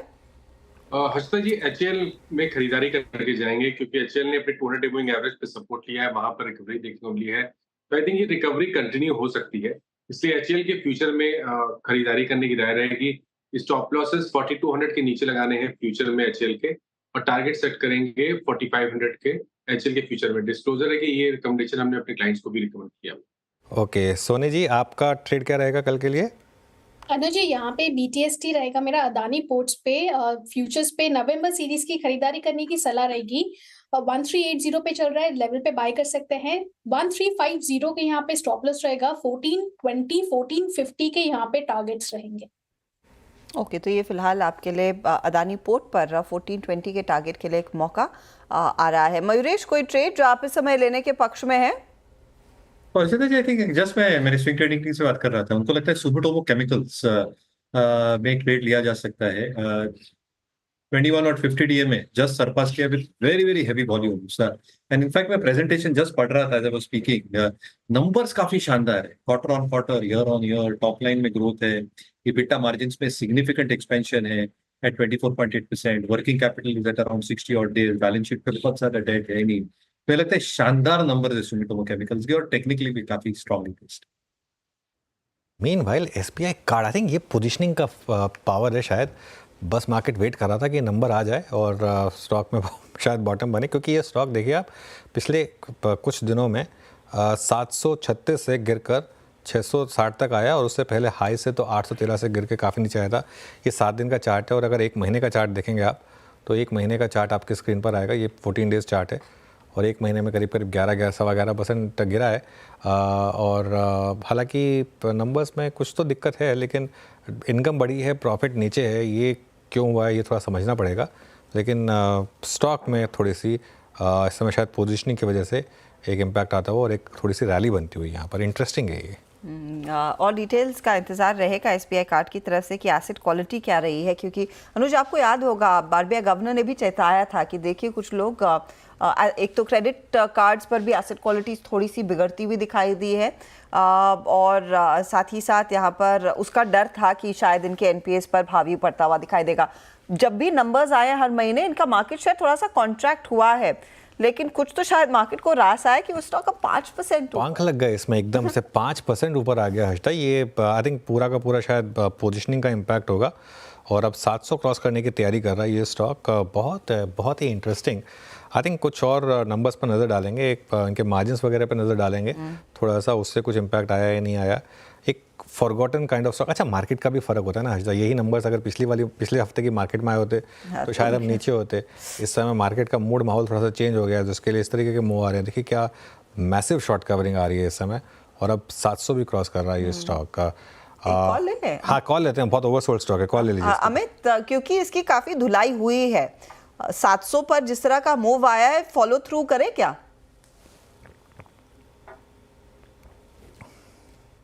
अमित सेठ, आपसे पूछ रहे हो अमित, एसबीआई कार्ड 700 पर फॉलो थ्रू करना है इस मूव के बाद? I am sorry, definitely ma'am, जिस हिसाब से एक रिवर्सल अपने देखा सपोर्ट पे, कैंडल भी काफी स्ट्रांग है, वॉल्यूम का भी पिकअप है, तो पोजीशन बनाई जा सकती है। स्टॉप लॉस हम यहाँ पे रखेंगे लगभग 688 का, और टारगेट्स हमारे रहेंगे 720 रुपए के। ओके, चलिए अब एक काम करते हैं, बैंक का आपको मामला समझा देते हैं। बैंक में कौन कौन से स्टॉक्स जाने की तैयारी कर रहे हैं। बंधन बैंक 113% पोजीशनिंग यहाँ पर, एक लगता है सिर्फ एक दिन के लिए बैन से बाहर आया। Canara bank 98%, IndusInd bank ban में आने की तैयारी कर रहा है, 97% पोजीशन यहाँ पर, और बैंक ऑफ बड़ौदा 95% पोजीशन के साथ बैन में जाने की तैयारी कर रहा है। बैन से बाहर जो स्टॉक्स आ सकते हैं हर्षिता, उनमें एस्कॉर्ट्स 76% और डिक्सन टेक 71% की पोजीशन के साथ बैन से बाहर आने की तैयारी करते हुए। तो ये काफ़ी इंटरेस्टिंग नाम। इनफैक्ट अनुज, कार्यक्रम की शुरुआत में जब हम ट्रेंडिंग काउंटर्स मेंशन कर रहे थे तो एस्कॉर्ट्स पर नजरें गई थी। मुझे कोई कारण नहीं दिखा कि एस्कॉर्ट्स में इस तरह का मूव आना चाहिए। आपको याद होगा पर सब 2-3 पिछले हफ्ते ही जब वो खबर आई थी कि एस्कॉर्ट्स अपने रेल बिजनेस को बेच रहा है, कि इस तरह से स्टॉक की धुलाई हुई थी और निश्चित लेवल से फिर अपनी चाल को थोड़ा सा रिट्रेस करने में लगा है। तो रचना जी, मैं आपसे यही पूछना चाहूंगी, आज का मूव कंसिडरिंग पिछले हफ्ते काफ़ी टूटा है काउंटर, कुछ ऐसा सिग्नल दे रहा है कि यहाँ से गाड़ी इसकी थोड़ी सी और रफ्तार पकड़ सकती है एस्कॉर्ट्स कुबोटा? एस्कॉर्ट्स कुबोटा में ये प्राइस एक्शन जो है वो है तो इम्पोर्टेंट लोकेशन पे, पर यहाँ पे 35-60 अगर ये क्रॉस करके क्लोजिंग उसके ऊपर देता है, विच इज हाई प्रोबेबिलिटी, और अगर दूसरे दिन ग्रीन में ओपन होता है तो यहाँ पे एक इम्पोर्टेंट बेस बनने की उम्मीद है जो इस काउंटर को 3700 की तरफ फिर लेके जाएगी। पर दूसरे दिन की प्राइस एक्शन देखना बहुत जरूरी रहेगा आज की क्लोजिंग के बाद। क्लोजिंग के बाद कल फॉलोअप कैसा रहेगा, उसके बाद ही एक कॉल लीजिए कि यहाँ पर नया ट्रेड बनेगा या नहीं। माने state bank of India, Nifty bank की हमने खूब चर्चा की, कई सारे बैंकों की चर्चा की, एसबीआई क्योंकि कल भी हम ये मेंशन कर रहे थे, आज भी सुबह में बात हुई, 5% की तेजी। ओआई एडिशन में देख रही हूँ बहुत तगड़े वॉल्यूम्स पर यहाँ पर दरअसल वो लॉन्ग ऐड हुए हैं। अब अगला पड़ाव क्या रहेगा? 832 आज हासिल कर रहा है, डे हाई पर ही क्लोज दिखाएगा ये। तो देखिए, एक बात तो क्लियर हो गई है कि स्टॉक ने अपने 200 डे मूविंग एवरेज पे एक शॉर्ट टर्म बॉटम बनाया है, हायर टॉप हायर बॉटम से कंफर्मेशन दिया है, 20 वीक मूविंग एवरेज के ऊपर निकला है। तो बिल्कुल आप उम्मीद कर सकते हैं कि 880 से 900 रुपए तक की रेंज स्टॉक पोजिशनली दिखा सकता है। तो अगर एक ट्रेड लेना होगा तो वो लॉन्ग साइड पे होगा, 799 के स्टॉप लॉस से खरीदारी करनी है 900 रुपए के टारगेट के लिए। ओके, मीनवाइल मारुति की वो रैली नहीं टिक पाई हर्षिता, शायद ओवरऑल जो नंबर्स थे वो हावी हो गए कमेंट्री के ऊपर। वैसे मेरा अभी भी मानना ये है कि जिस तरीके की पिटाई ऑलरेडी स्टॉक में दिख चुकी है और जो स्टेटमेंट्स मैनेजमेंट की हैं, अगर मार्केट ने उसको कल थोड़ा सा पॉजिटिव व्यू रखा, एक महीने में 18% स्टॉक गिर चुका है। आई थिंक थोड़ा अगर ब्रोकरेजेस ने कल इसको थम्स अप दिया तो मुझे लग रहा है आज जितना गिरा शायद कल रिकवरी भी यहाँ पर पॉसिबल है, लेकिन फिलहाल के लिए तो थोड़ी सी दिक्कत है। लेकिन आज का stock of the day clearly federal bank का 8.5% ऊपर। आज सुबह बात की थी हमने स्टॉक की कि ये अब शायद कुछ जलवे दिखाएगा स्टॉक आज, और डार्क ग्रीन था ये। ध्यान रखिएगा ये स्टॉक अभी भी जिस दिन मनियन साहब की अपॉइंटमेंट हुई थी उस दिन का हाई क्रॉस नहीं कर पाया, ऑलमोस्ट वहाँ पर। एक बार इसका 3 महीने का चार्ट लेकर आइए, आई थिंक 3 महीने हो गए उस चीज़ को जब वो अनाउंसमेंट आई थी, और 3 महीने में अब उस दिन आई थिंक स्टॉक ने 204-205 हिट किया था, अब वापस 200.4 पर आए हम। तो या तो 52 वीक हाई लो फायर कर दीजिए या 3 मंथ्स का फायर कर दीजिए, और इस पर एक व्यू लेते हैं। मानस, एक बार इस स्टॉक को देखिए ज़रा, क्या भी होगा यहाँ पर। आज अच्छे मूव्स यहाँ पर। देखिए, जो एक रेंज थी उसके अपर बैंड को स्टॉक ने डेफिनेटली ब्रीच किया है और वॉल्यूम्स के साथ किया है। मेरे ख्याल से अब जो पहले का हाई 205 था उसको ब्रेक करके 212 से 215 की रेंज में स्टॉक जाने की कोशिश करेगा। तो अगर एक ट्रेड लेना होगा तो लॉन्ग साइड पे 194 के स्टॉप लॉस से खरीदारी करने की राय रहेगी फेडरल बैंक। फेडरल बैंक में एक मौका। अनुज, वही क्विकली मेरी नजर डीएलएफ पर जा रही है। अचानक यहाँ पर पोजीशंस अच्छी खासी मजबूती वाली आती हुई, करीब 1% तक का इजाफा उस स्टॉक में बना है ओआई एडिशन के साथ। दरअसल डीएलएफ, आपको याद होगा नंबर्स वैसे ठीक थे, लेकिन स्टॉक में कल थोड़ा सा एक्शन रहा और आज भी एक पिकअप आने लगा है। अमित सेठ, कोई ट्रेड कैरी करना चाहिए डीएलएफ में कल और आज में? जी डेफिनेटली मैम, करना चाहिए, क्योंकि स्टॉक ने कल के सत्र में आफ्टर रिजल्ट्स हमने देखा कि 200 EMA से रिवर्सल दिखाया, और इम्पोर्टेंट चीज ये कि आज हम उसका फॉलो अप भी देख रहे हैं। कल जो हमने गेन्स गिव अप किए थे थोड़े बहुत इंट्राडे, वो आज स्टॉक ने कवर कर लिए हैं। तो यहाँ पे साइंस ऑफ रिवर्सल है। स्टॉप लॉस हमारा रहेगा 818 रुपए का और पोजिशनल टारगेट्स रहेंगे 850 से लेके 860 के। चलिए अब एक काम करते हैं, अब वॉल पर चलते हैं और आज की क्लोज समझते हैं। मार्केट के लिए धनतेरस का दिन शुभ रहा और अच्छी खासी मार्केट में बाइंग आई और निफ्टी करीब 24,455 पर 115 पॉइंट ऊपर, बैंक निफ्टी 1000 पॉइंट की रैली के साथ 2% के बड़े मूव के साथ बंद होता हुआ। निफ्टी आईटी आधे % की गिरावट यहाँ पर रही। मिड कैप इंडेक्स में आखिरी के 1 घंटे में शानदार रैली, 1% ऊपर mid cap index. Small cap index में भी अच्छी खासी रैली। एडवांस डिक्लाइन देखिए, 1560 बढ़ने वाले शेयर, 900 गिरने वाले शेयर, ऐसे हम आपको दिखाई देंगे। अच्छा सेटअप मार्केट के लिए। सेक्टोरल ब्रेथ लेकर आइए एक बार जरा मार्केट की। सेक्टर स्पेसिफिक अगर आप वो देखेंगे, second day running PSU bank का, आज तक कल भी बात हुई थी इस इंडेक्स की, क्या शानदार जलवे हैं अभी इस इंडेक्स के। आई थिंक यहाँ एक बड़ा मूव शुरू हुआ है। फाइनेंशियल्स, बैंक्स, तो पूरा का पूरा आज फाइनेंशियल्स का दिन था। उसके अलावा कैपिटल गुड्स में थोड़े से मूव थे, थोड़े से मूव मेटल्स में थे, बाकी सारे इंडेक्सेस फ्लैट थे। ऑटो करीब 1.5% डाउन था, ऑटो में मारुति का इम्पैक्ट, और फार्मा आज थोड़ा सा वीक था क्योंकि आज मार्केट का फोकस क्लियरली अग्रेसिव स्टॉक्स पर था, ना कि डिफेंसिव पर। चलिए निफ्टी का हीट मैप देखते हैं और यहाँ पर आपको दिखाई देगा सबसे नीचे मारुति, टाटा मोटर्स, हीरो। तो क्लियरली ऑटो शेयरों में अभी भी थोड़ी सी गिरावट है। इन्फोसिस एक्स डिविडेंड था, भारतीय थोड़ा सा करेक्ट हुआ। सबसे ऊपर एसबीआई, क्या शानदार मूव, 5% के, बीईएल 4% और बाकी आईसीआईसीआई बैंक एक और आज का बड़ा स्टार 3% ऊपर। तो एक हाई नोट पर धनतेरस के दिन रौनक मार्केट में लौटी है। हरियाली छाई हुई है। एक बहुत ही स्ट्रॉन्ग सेशन 24,456 के लेवल्स पर आज हम दिन को क्लोज कर रहे हैं। साथ ही साथ आप ध्यान रखिएगा, निफ्टी बैंक पूरे फॉर्म में था। 1000 अंकों से ज़्यादा की बढ़त पर हमने यह जाकर ट्रेड क्लोज किया है और मिड कैप्स का भी योगदान 500 पॉइंट से ज़्यादा की बढ़त का।